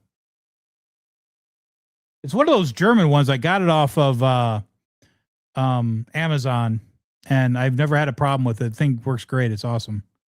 One of those square box looking things, and I've never had a problem. I keep this room about 40 to 50%. Summertime, it's harder to wrestle with it, but I've been over like friends of mine houses that have guitars and they don't keep their room humidified, and you feel the difference in the guitars. My guitars don't move that much, but I know that friends of mine that have guitars, their guitars move pretty drastically out here because of the lack of humidity and the heat and everything else. And, I take really good care of my stuff. So got to have a humidifier out here. I never needed it in California. It was great. But once I moved out here, I started seeing my neck shrink and stuff. And I was like, well, I got to fix that. So that was just something. Axis of Justice guitars. That's a cool name. What is that? That's a Jack Butler, isn't it? That's a cool guitar, man. I like to have one of those. Dang, that black wall is what dreams are made of, especially the Soldano. So that Soldano is a Hot Rod 50 plus, but it's got the old school snakeskin, which is why I bought it. And I was on Tone Talk one night with Dave, and I asked him, I said, hey, I've got a Hot Rod 50 Plus. What's your thoughts on the amp? And he said, I think it's a great amp, but what you should do with that amp is just do the SLO mod. So I took it out to him, and he did the SLO mod, and I'm really happy with it. I'm really happy with that amp. So shout out to Dave Friedman, and it sounds great. And surely I don't care. I'll never sell it. So it doesn't matter what I did to it. But I know that when it was a Hot Rod 50 Plus, I had I put an overdrive pedal on it. It would sound okay. But as soon as Dave took it and did the SLO mod, it's a night and day amplifier. So shout out to Dave Friedman for always having the correct answer and teaching me that gain isn't where it's at. Because now on all my gain stuff, I'm at 5. I'm at 5 on it. 5 is always my number on gain now. Ever since I started watching Tone Talk, he said, hey man, back your gain off. Always back your gain off. Chances are you're playing with too much gain. And I learned that from him, and he's right. Because when I shoot videos and stuff, I was talking to Randy Price today about maybe doing my sound demos through the Rodecaster going direct. That may be something I'll dabble with, but I just take my iPhone and put it on a tripod and put it on top of the amplifier and play when I do my demos.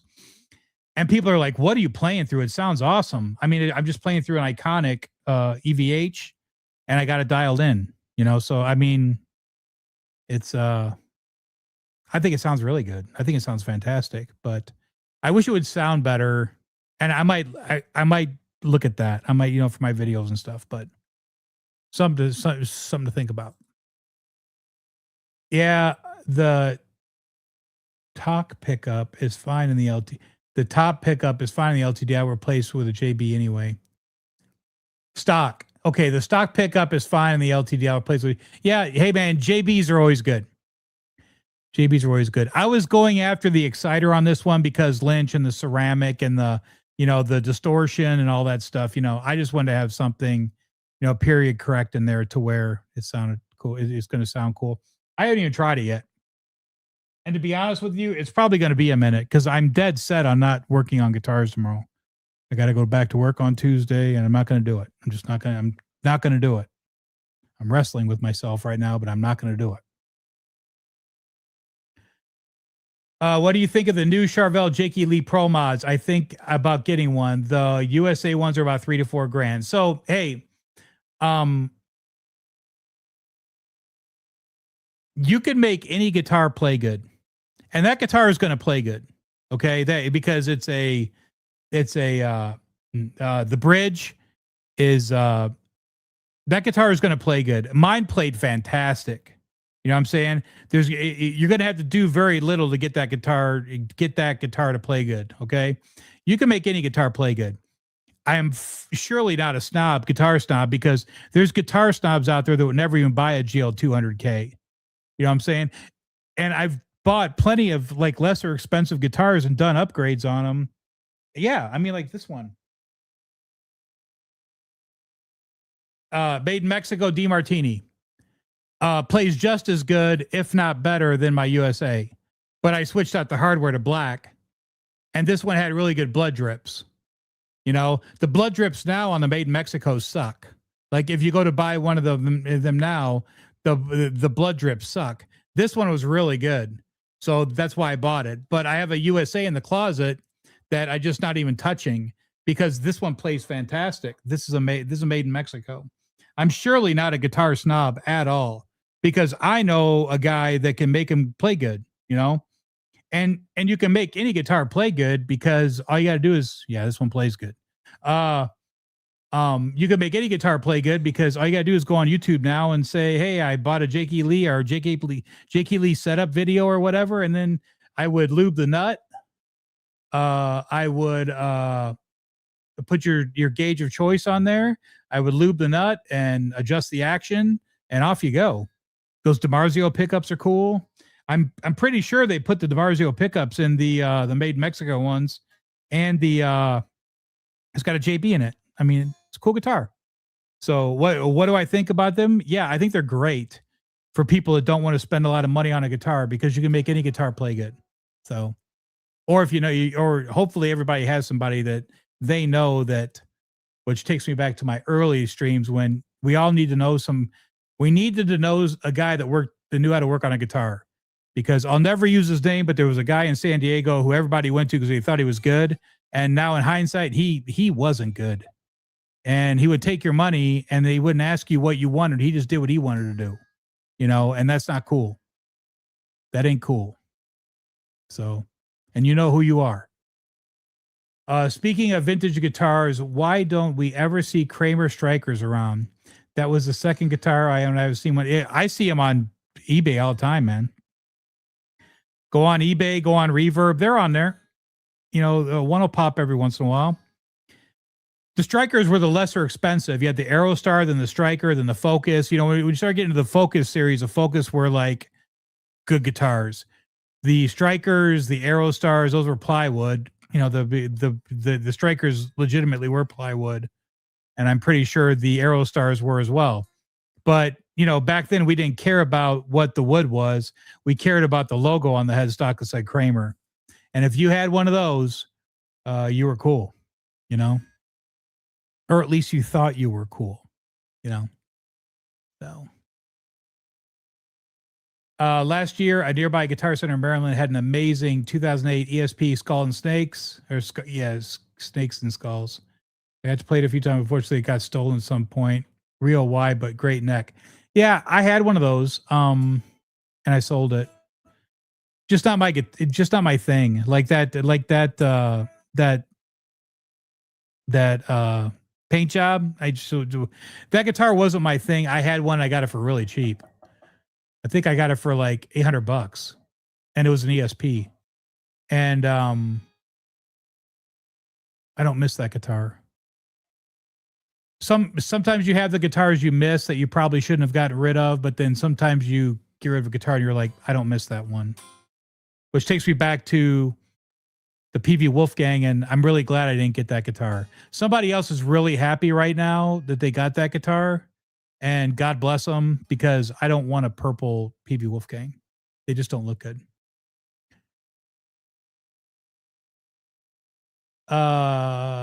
Axes of just those Jakey Lees have really narrow small necks. They definitely don't. Yeah, be careful. Randy's right. Be careful with that. If you're looking to get one of those Jakey Lees and you're looking for the Charvel wide, thin, nice feeling, that's not a Jakey Lee neck. So if you're going to venture out into one of the Jakey Lee guitars, I would highly recommend trying it first, or buy one to where you could return it if you don't like it. Because that's why I got rid of mine. The neck, I was like, this neck is just not working for me. It was the nut was thin, or it felt, maybe it was a 1 5/8, and the neck was just not my thing. Man, that's awesome on the Kramers. I have a lot myself. Can never have too many. I agree. My holy grail is the Buddy Blaze light. Yeah, man, that's a good one. The Buddy Blaze Lightning. That's a good one. Love Kramers and BC Riches. I like BC Riches too. Oh. Thanks for reminding me. A second. Thanks for reminding me. Where's I going to go to?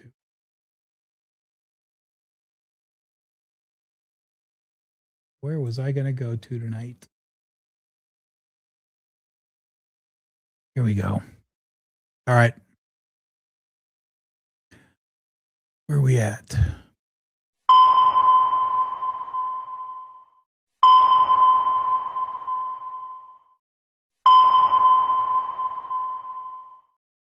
This is my On the Radar segment. On the Radar. Cool. Share screen. You know what's funny about this guitar? I've been watching it for years.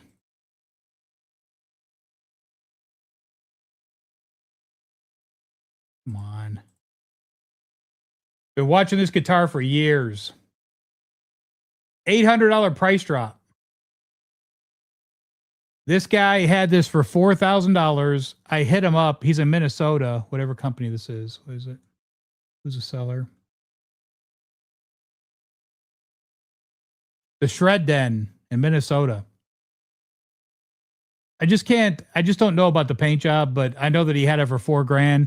I had him at 35, and he said he'd never sell it for that, and now it's selling for 32. So I was talking to my girl the other day about this one, and she said, "If you want to get it, get it." And I still haven't decided if I'm going to go after that yet. But yes, I am a fan of BC Riches. So, and we got to do the On the Radar segment tonight.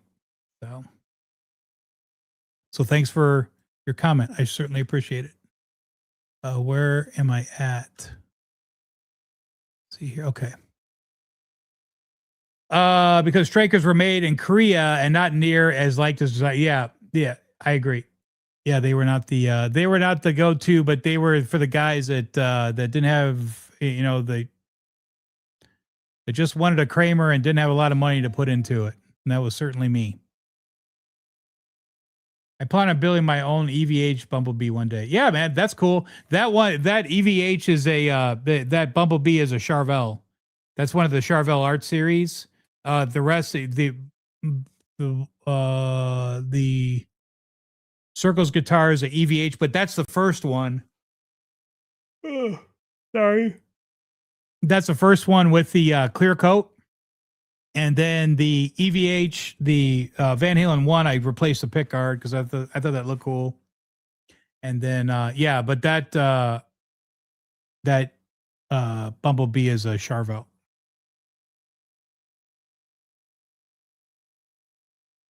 Oh, my brown build. Yeah, that brown build's good. That's got the Mr. Scary pickup. So that's got the Mr. Scary single coil, which is also a great option through Arcane. You can get that for a single coil neck. That one sounds good. And check out the brown build guitar. I built that guitar watching the Walk Away video, and I was thinking that guitar was brown that Lynch had. What that is that's a cow skin glued to the front of that guitar. So you can see that white part, and then you figure out pretty quick a guy told me that was cow skin. And after I watched it again, I was like, that's cow skin. But I got a cool brown guitar out of it because I thought that guitar was painted brown and it wasn't. So thanks for the info, everybody. Never had an LTD Lynch. Was always afraid to pull the trigger because of the neck. Yeah, I mean, like with any of those guitars, I would just make sure that you check them out first and demo them and make sure that it's something that you want, because I'm just not a return guy. And usually when I get something, I keep it, even if I'm really not that happy with it. It's got to be really bad for me to return it. I don't remember the last time I ever returned anything, though. So Striker was a plywood neck from Korea. Yeah, that's just a plywood junk. But they were cool when I was young. They had black Strikers that looked like Berettas, and I would kill for one. So yeah, I wanted to say it was like a 350 when I bought it, but a decent guitar. This channel just popped up, so I guess it's safe to assume this ain't a Strat channel. No, I mean, I do have some Strats, but I appreciate you being here, Jimi Hendrix. And if you have some interest in Floyd Roses and Ada Shredder guitars, this is certainly the place for you. The lower end Lynch LTDs are the standard ESP thin U neck. Any of the 200 series that are smaller neck are the smaller neck. The 600 Burnt Tiger and the Desert Eagles are the 45 millimeter.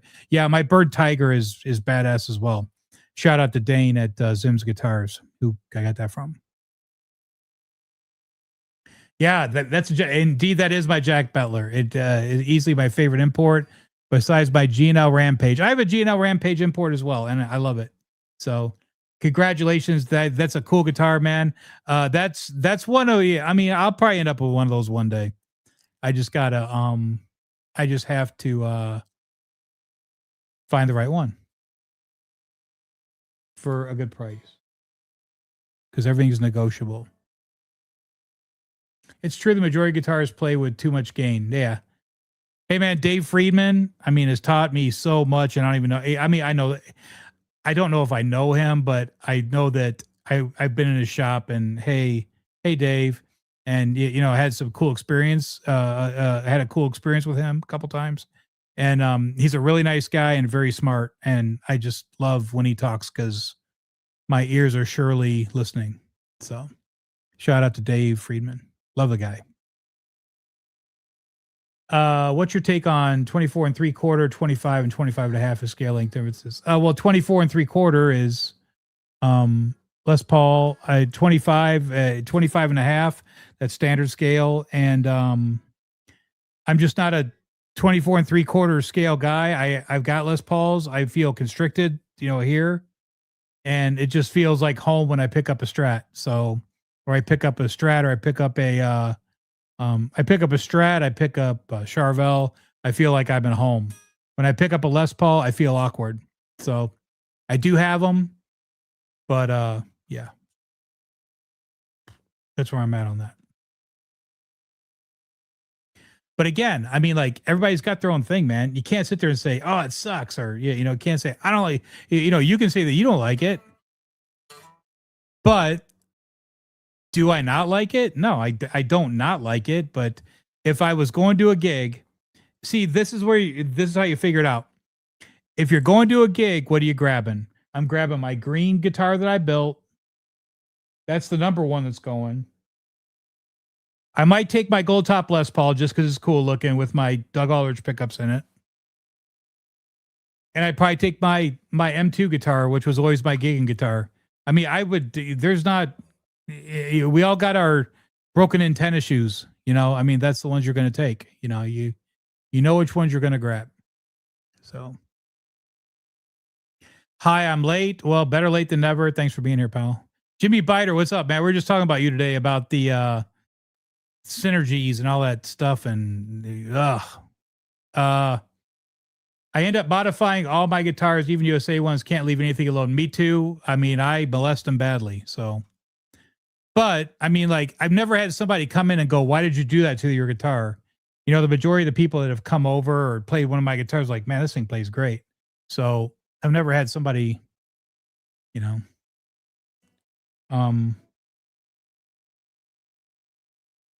I mean, like, when I was at Sir, like, I had all, the guys would come in, like, certain people would come in, they would come direct to my bench and drop their guitar off and have me set it up, which I've talked about a million times. I'm not going to talk about it again, but I had really good experiences when I was there, and I met some really good people, and I wish I still talked to some of them, but they've gotten a lot bigger since I was there, and they're probably James Avanier in Australia. Him and I really hit it off. And then the other one was what's his face? I'm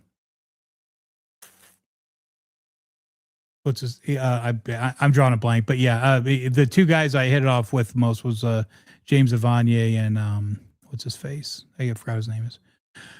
But let's see here. Only guitar I've ever touched is my Kiesel CT 624. Of course, it'd be 6.8 thousand to have built now. $6,000. I've never. I mean, Kiesel is Carvin, but I've never considered having them build me a guitar.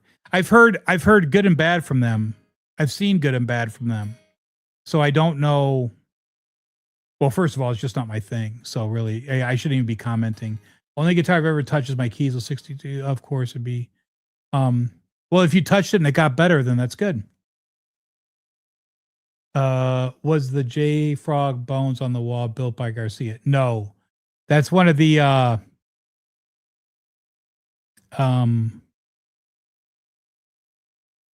I hate doing these shows because I forget Randy, help me out. That's one of the builds. Watch my my video with Lynch and my bones, because it was okay. It's the somebody, please, for the love of God, help me out on this. I always draw a blank when I do these shows. I'm going to scroll down because somebody's going to help me here in a second. But no, that is one of the ones that they took the original, they CNC'd it, and they had videos of it. That guitar of mine is in the video. That's the guitar they're using in the video. It had a different neck on it at the time because they had problem with the neck, and the neck went back to him, and they redid the neck and they scalloped it like the original. So mine scalloped just like the original, and I forgot what the guy's name is, but it's the guy that you want doing it. No, it's not Ed Rome. Chris Woods, CWG. So Fisty-Cuffer, thanks, man. Appreciate it so much. And Andy Wood is the person I'm trying to think of. Andy Wood and James Evanier were the people at SIR that I really gravitated to and like had really like Andy Wood. As soon as he walked in, he'd bring me his guitar. Hey man, I'm going upstairs. Set it up for me. And then like, you know, and he was a big he knew I was a Van Halen guy, and we always have good conversations. Chris Woods, thanks you, Fisty-Cuffer. It's a CWG. Look up CWG Bones guitar, and then you'll see the videos of my guitar is in it. I was told that's my guitar is the one that was in it. So that's where I'm at. So I wish, but no. I have to run. Really enjoyed the show through. So, hey, thank you. I appreciate that. Always nice to see people subscribing to my channel. I appreciate that. Let's see here. I'd like first right of refusal if you ever decide to sell the Charvel Bumblebee. I probably won't do that because my biggest thing, just like Joe Bonamassa says, if I ever go to sell something, where am I going to get another one? And they're just too difficult now. I mean, and they're a lot of money. I paid $1,200 for that guitar in Temecula, California when I got it. So, I mean, you can't do that no more. So I appreciate the interest, but the chances of me selling that guitar are 0.0. Charvel Art Series, those are pretty penny now. Yeah, definitely a keeper for sure. Art Series were made by Fender. They bought, 100%. I bought the last one from Music Zoo. Very hard to find nowadays. Sometimes one pops up on Reverb. Yeah, sometimes you'll see him. Phil McKnight just got a red, white, and black one from a guy local. I saw him selling it. I didn't want to pay him what he wanted. I think that Phil probably wheeled and dealed with him. But I have bought some guitars from that guy that was selling the red, white, and black Charvel that he got. I bought my Amber EVH from him that I did a video on, and I bought my Stealth from him. And then I bought, what's the other? Oh, I bought this guitar from him. This is the first one I bought from him. He had this one, and I brought it home and I put more relicing on it because it looks stupid. So I put some more relicing on it, and I reliced it out a little bit more, and it looks really good. So this is one of those 5150 beat up series, and I just put more. I beat it up a little bit more to make it look better, a little more believable, maybe, for the amount of wear and tear. So, yeah. But yeah, this was the first one I got from that guy. Then he was selling his Wolfgangs. I went back, and then I saw that he was selling one of his Art Series, and I go, I should go after that guitar. But I'm pretty sure he wanted like $2,400 or something for it, and I was like, meh. I've already got the EVH, and it plays really good. So my Lynches are only the 200 series, but I've changed. Yeah, man. I mean, like, dude, that's what's so much fun about this stuff, man. I mean, like you do your own upgrades and you make it yours. I mean, like, that's like my biggest thing. I make it mine. You know, that's the important thing, to mess with it, make mistakes, learn from them, and just keep going. You know what I'm saying? It's good. Hey, man, love your channel. Thanks for being here. I appreciate it. Huge fan of Learn TV DeMartini. Who isn't? Any suggestions on what pickup to achieve the 2E woody tone? I have a Marshall JVM 410 with a 1960 A cab. JB is not doing it for me. I mean, I like the RTM now. I mean, like if I put the RTM in the DeMartini, if you're looking for that, listen to the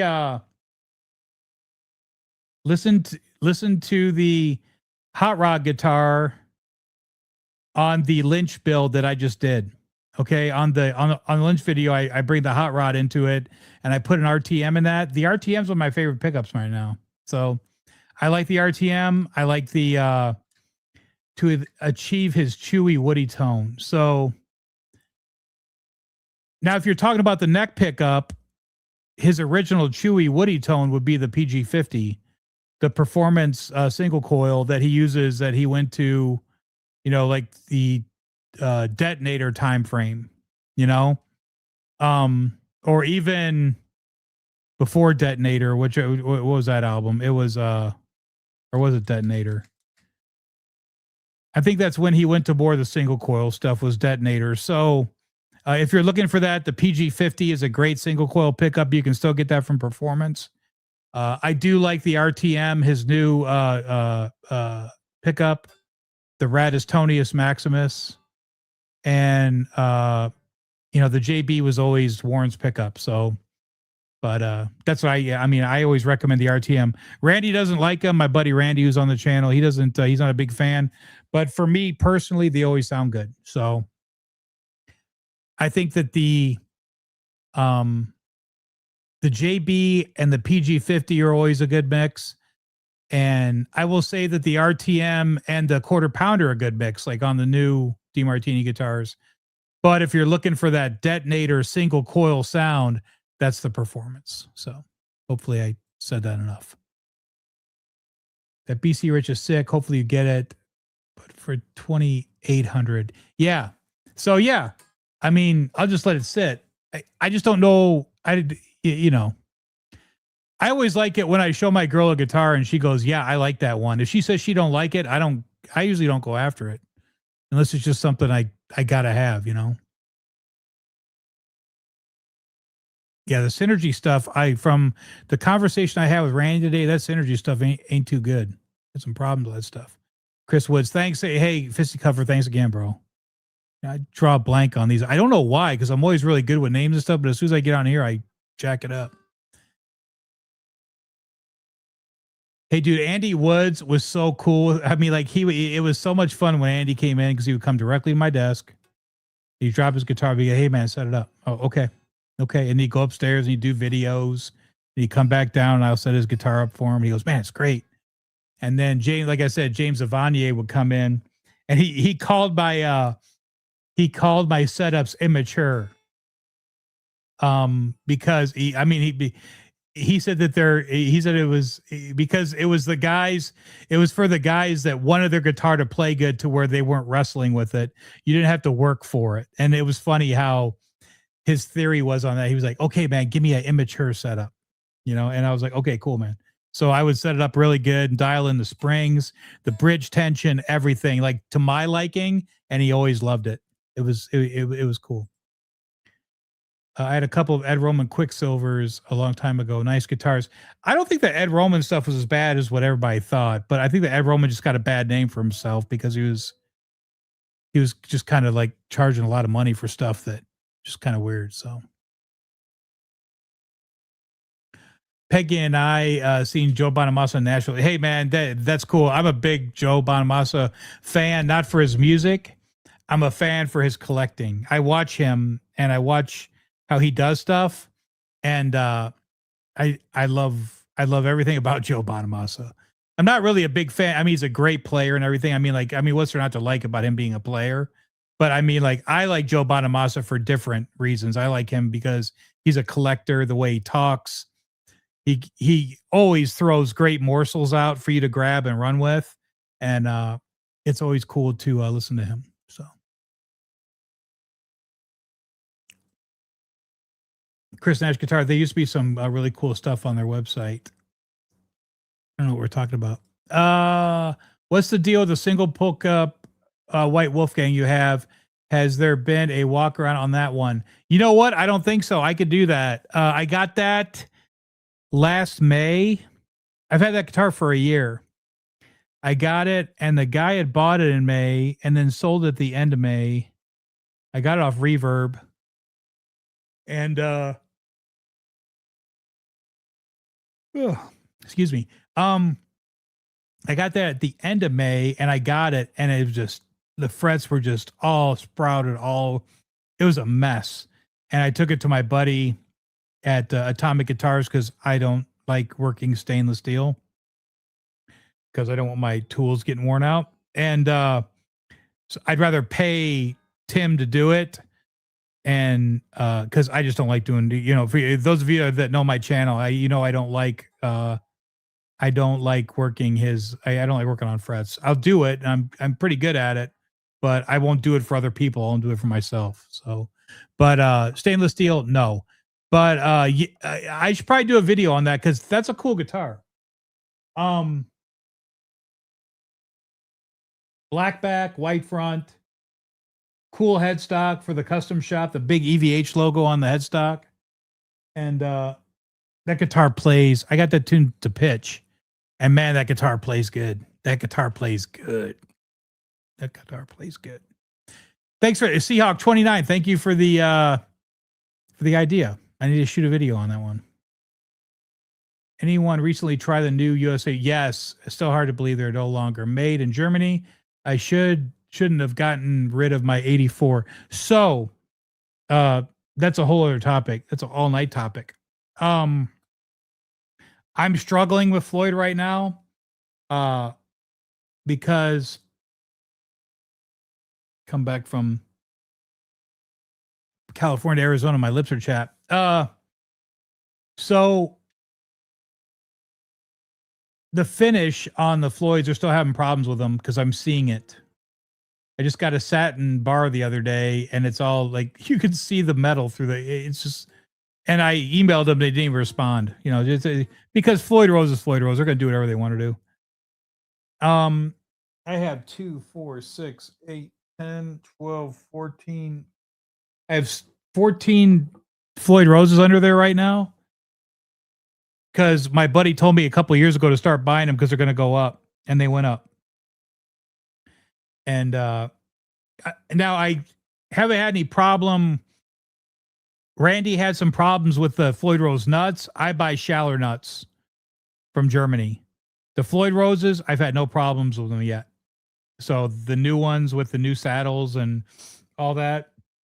And you can buy the new Radiuside saddles. Hey, this just in. Oh, wait. Oh, wait a minute. Wait a minute.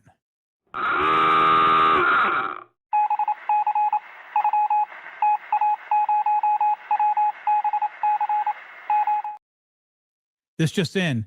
You don't have to buy Radius saddles on a Floyd Rose. They make little shims that you put underneath the saddle to make your Radius perfection instead of paying extra money for a Radius saddle. It's the most silly thing I've ever heard of, but it's something for you to spend money on. So they make these tiny little shims that go underneath the saddle, and they work really good. And usually you have to use 2. 1 doesn't usually cut it. 2 gives it that punch to where it gets starts adjusting in the radius. But in my opinion, I just wouldn't buy a Radius. I would not buy a Radius saddle set. That's just very silly to me. His tone on Detonator album is pure fire. See, I think so too. I think Detonator. There's nothing better than watching the shame video and seeing Warren come in with that huge hair and the snakeskin performance. I mean, is there anything cooler? Hey man, I'd put that up against, I'd put the way that Warren looks, how cool Warren looks in that video up against Van Halen. I would. Especially with that snakeskin guitar from Performance. God, man, those are so cool. Allah right there. That's a performance right there. I got 2 of them. Those of you that haven't been on the channel before, I got 2. I got one with the single in the neck, and I have one with just the single humbucker because I just couldn't just have one. And Kenny built both of them, who built Warren. So, but yes, I agree. The Detonator is the pinnacle for me with regards to his tone.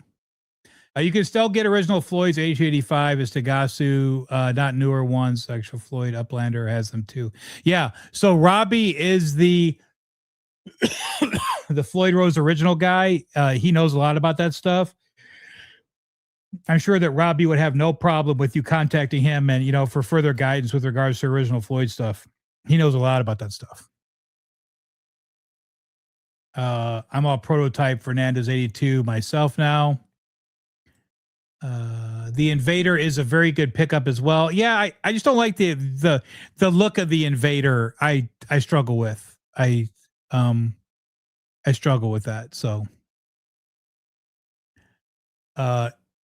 even Florios fours. Who sunk my battleship, right? It's so much fun doing that stuff. Shout out to Nathan who put all that crap together for me. Is that George Lynch at the helm sonar? Yes, it is. You guys want to see it again?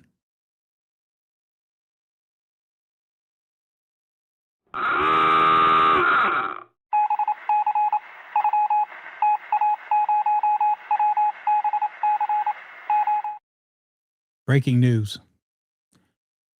Breaking news.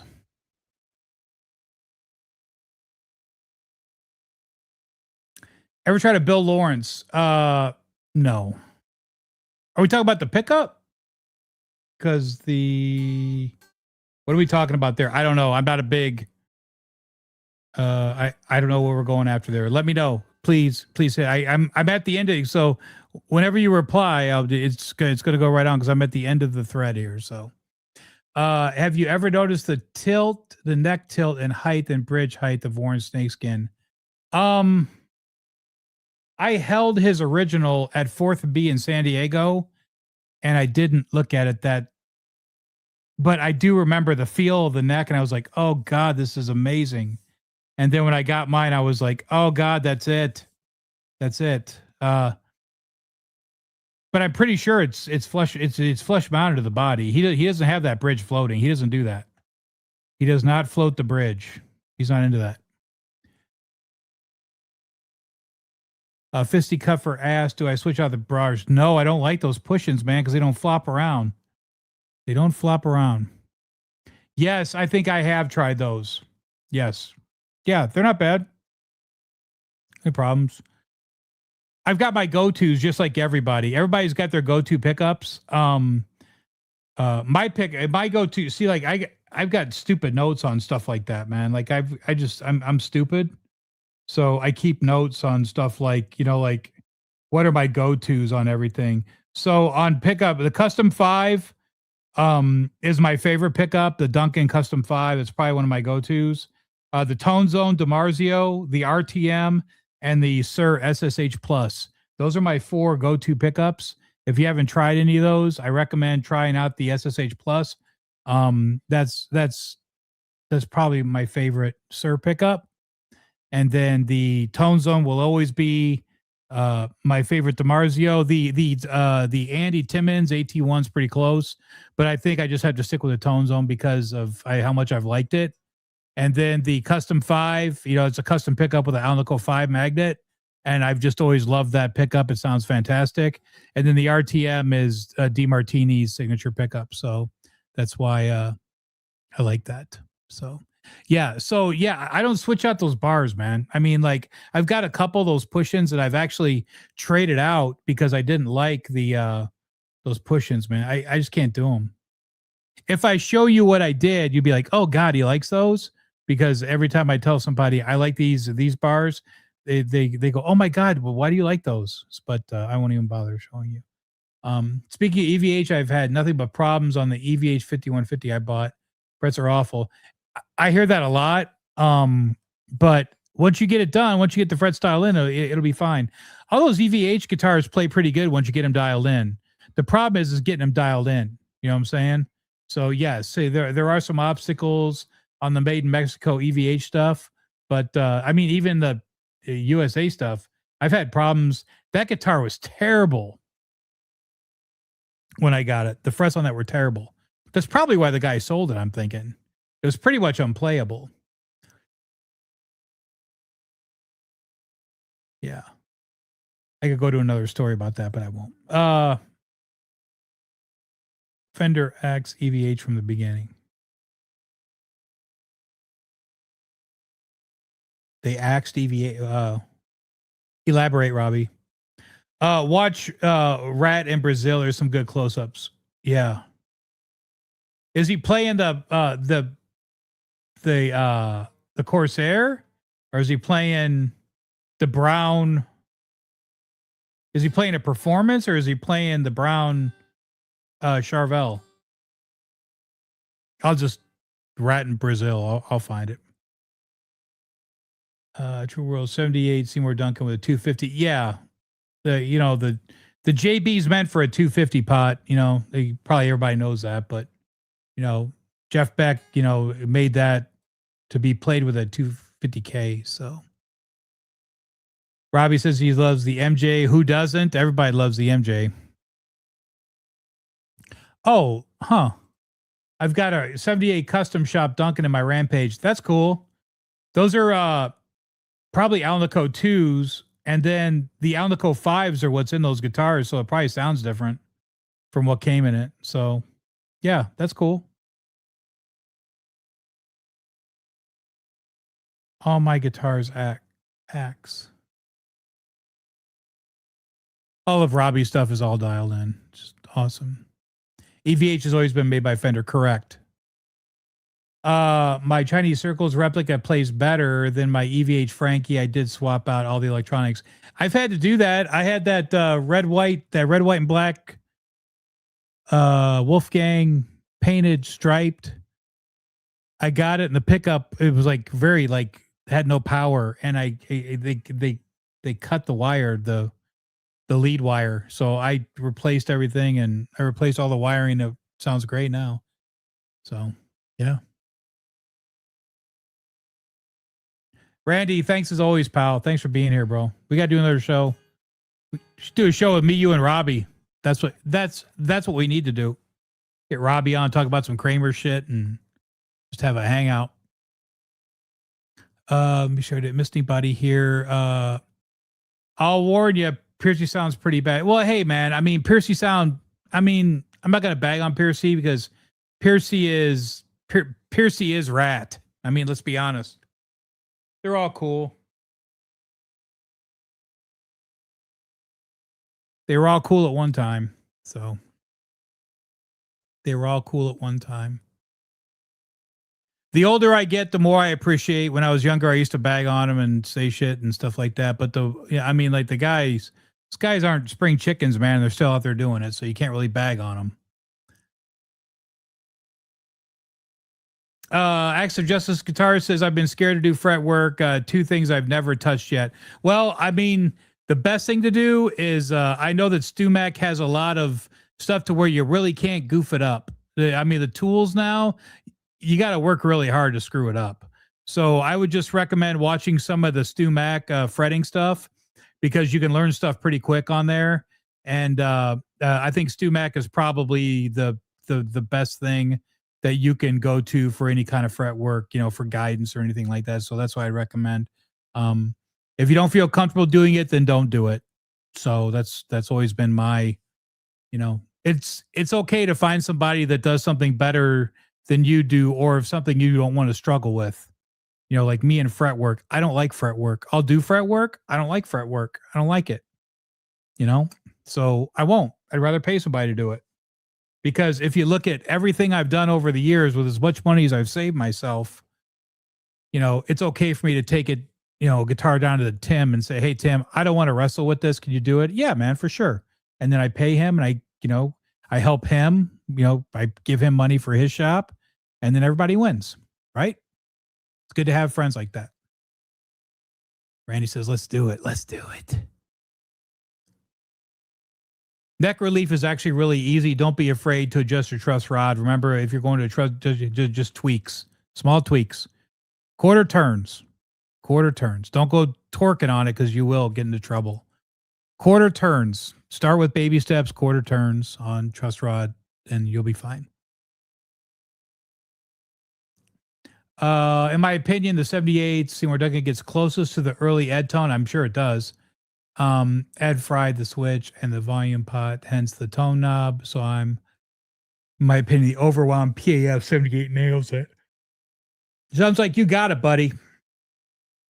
I don't chase stuff like that anymore. But I certainly respect the people that go after that, because I just want to plug in and play. And I tried to chase things a couple times. And I just like, yeah, I did, well, whatever. And moved on. Have a 91 Jackson Rose, a limited edition one. That's cool. It's amazing, but the neck needs some relief. When I loosen the truss rod nut, the nut is loose and I can't put any relief in the neck. Any advice? Yeah, if you don't want to mess with it, take it to somebody, because that nut could be flopping around in there. There's like so many things there. I wouldn't mess with it. If you don't know what you're doing, then don't do it, and take it to somebody and have them look at it. I mean, they're going to charge you, but that's a cool guitar, and you don't want to get jacked up. And there's nothing wrong with taking your guitar. And if you don't know what you're doing, to a trusted place. I would certainly do my homework before I took my guitar somewhere, read reviews, and then, take your guitar in. And, but with regards to stuff like that doesn't sound right to me. The nut should not be loose. So usually it's based on my experience, it's a quarter turn, half turn, not even a half turn the majority of the time to get that truss rod to do what you want it to do. So that's why I always tell people, quarter turn, man. Quarter turn's a good way to start. Awesome stream. I'll do you. Hey, appreciate it, man. Hey, thanks for being here tonight. Thanks for your interaction, and thanks for all your comments. I appreciate it. Get an old neck and learn how to do fret work. Learn from your mistakes. Correct. 100%. Yeah, you can do it that way. I'll be learning on my EVH for sure. Mine needs a lot of work. So, hey, the lesser the better. Don't go buying files. I bought diamond files. The square ones are about this big. Instead of taking a fret file and just like file on the top of those, because you're taking off too much. I bought diamond files and I take off the bare minimum. You just adjust the neck straight, highlight all your frets, level them out, take off as little as possible because you want to prolong the fret life, and then just crown them. I mean, it's not rocket science. So what I'd recommend is, if you're getting into fret stuff, I think that getting a neck, like who just commented that? True World 17 just commented that. I think that's great advice. Start with an older neck. And if you goof it up, you goof it up. But remember, take off as little as possible. Don't go hogging on it, because if you hog on it, you're going to take off too much. Hence my tone chaser tattoo. Yeah, cool, man.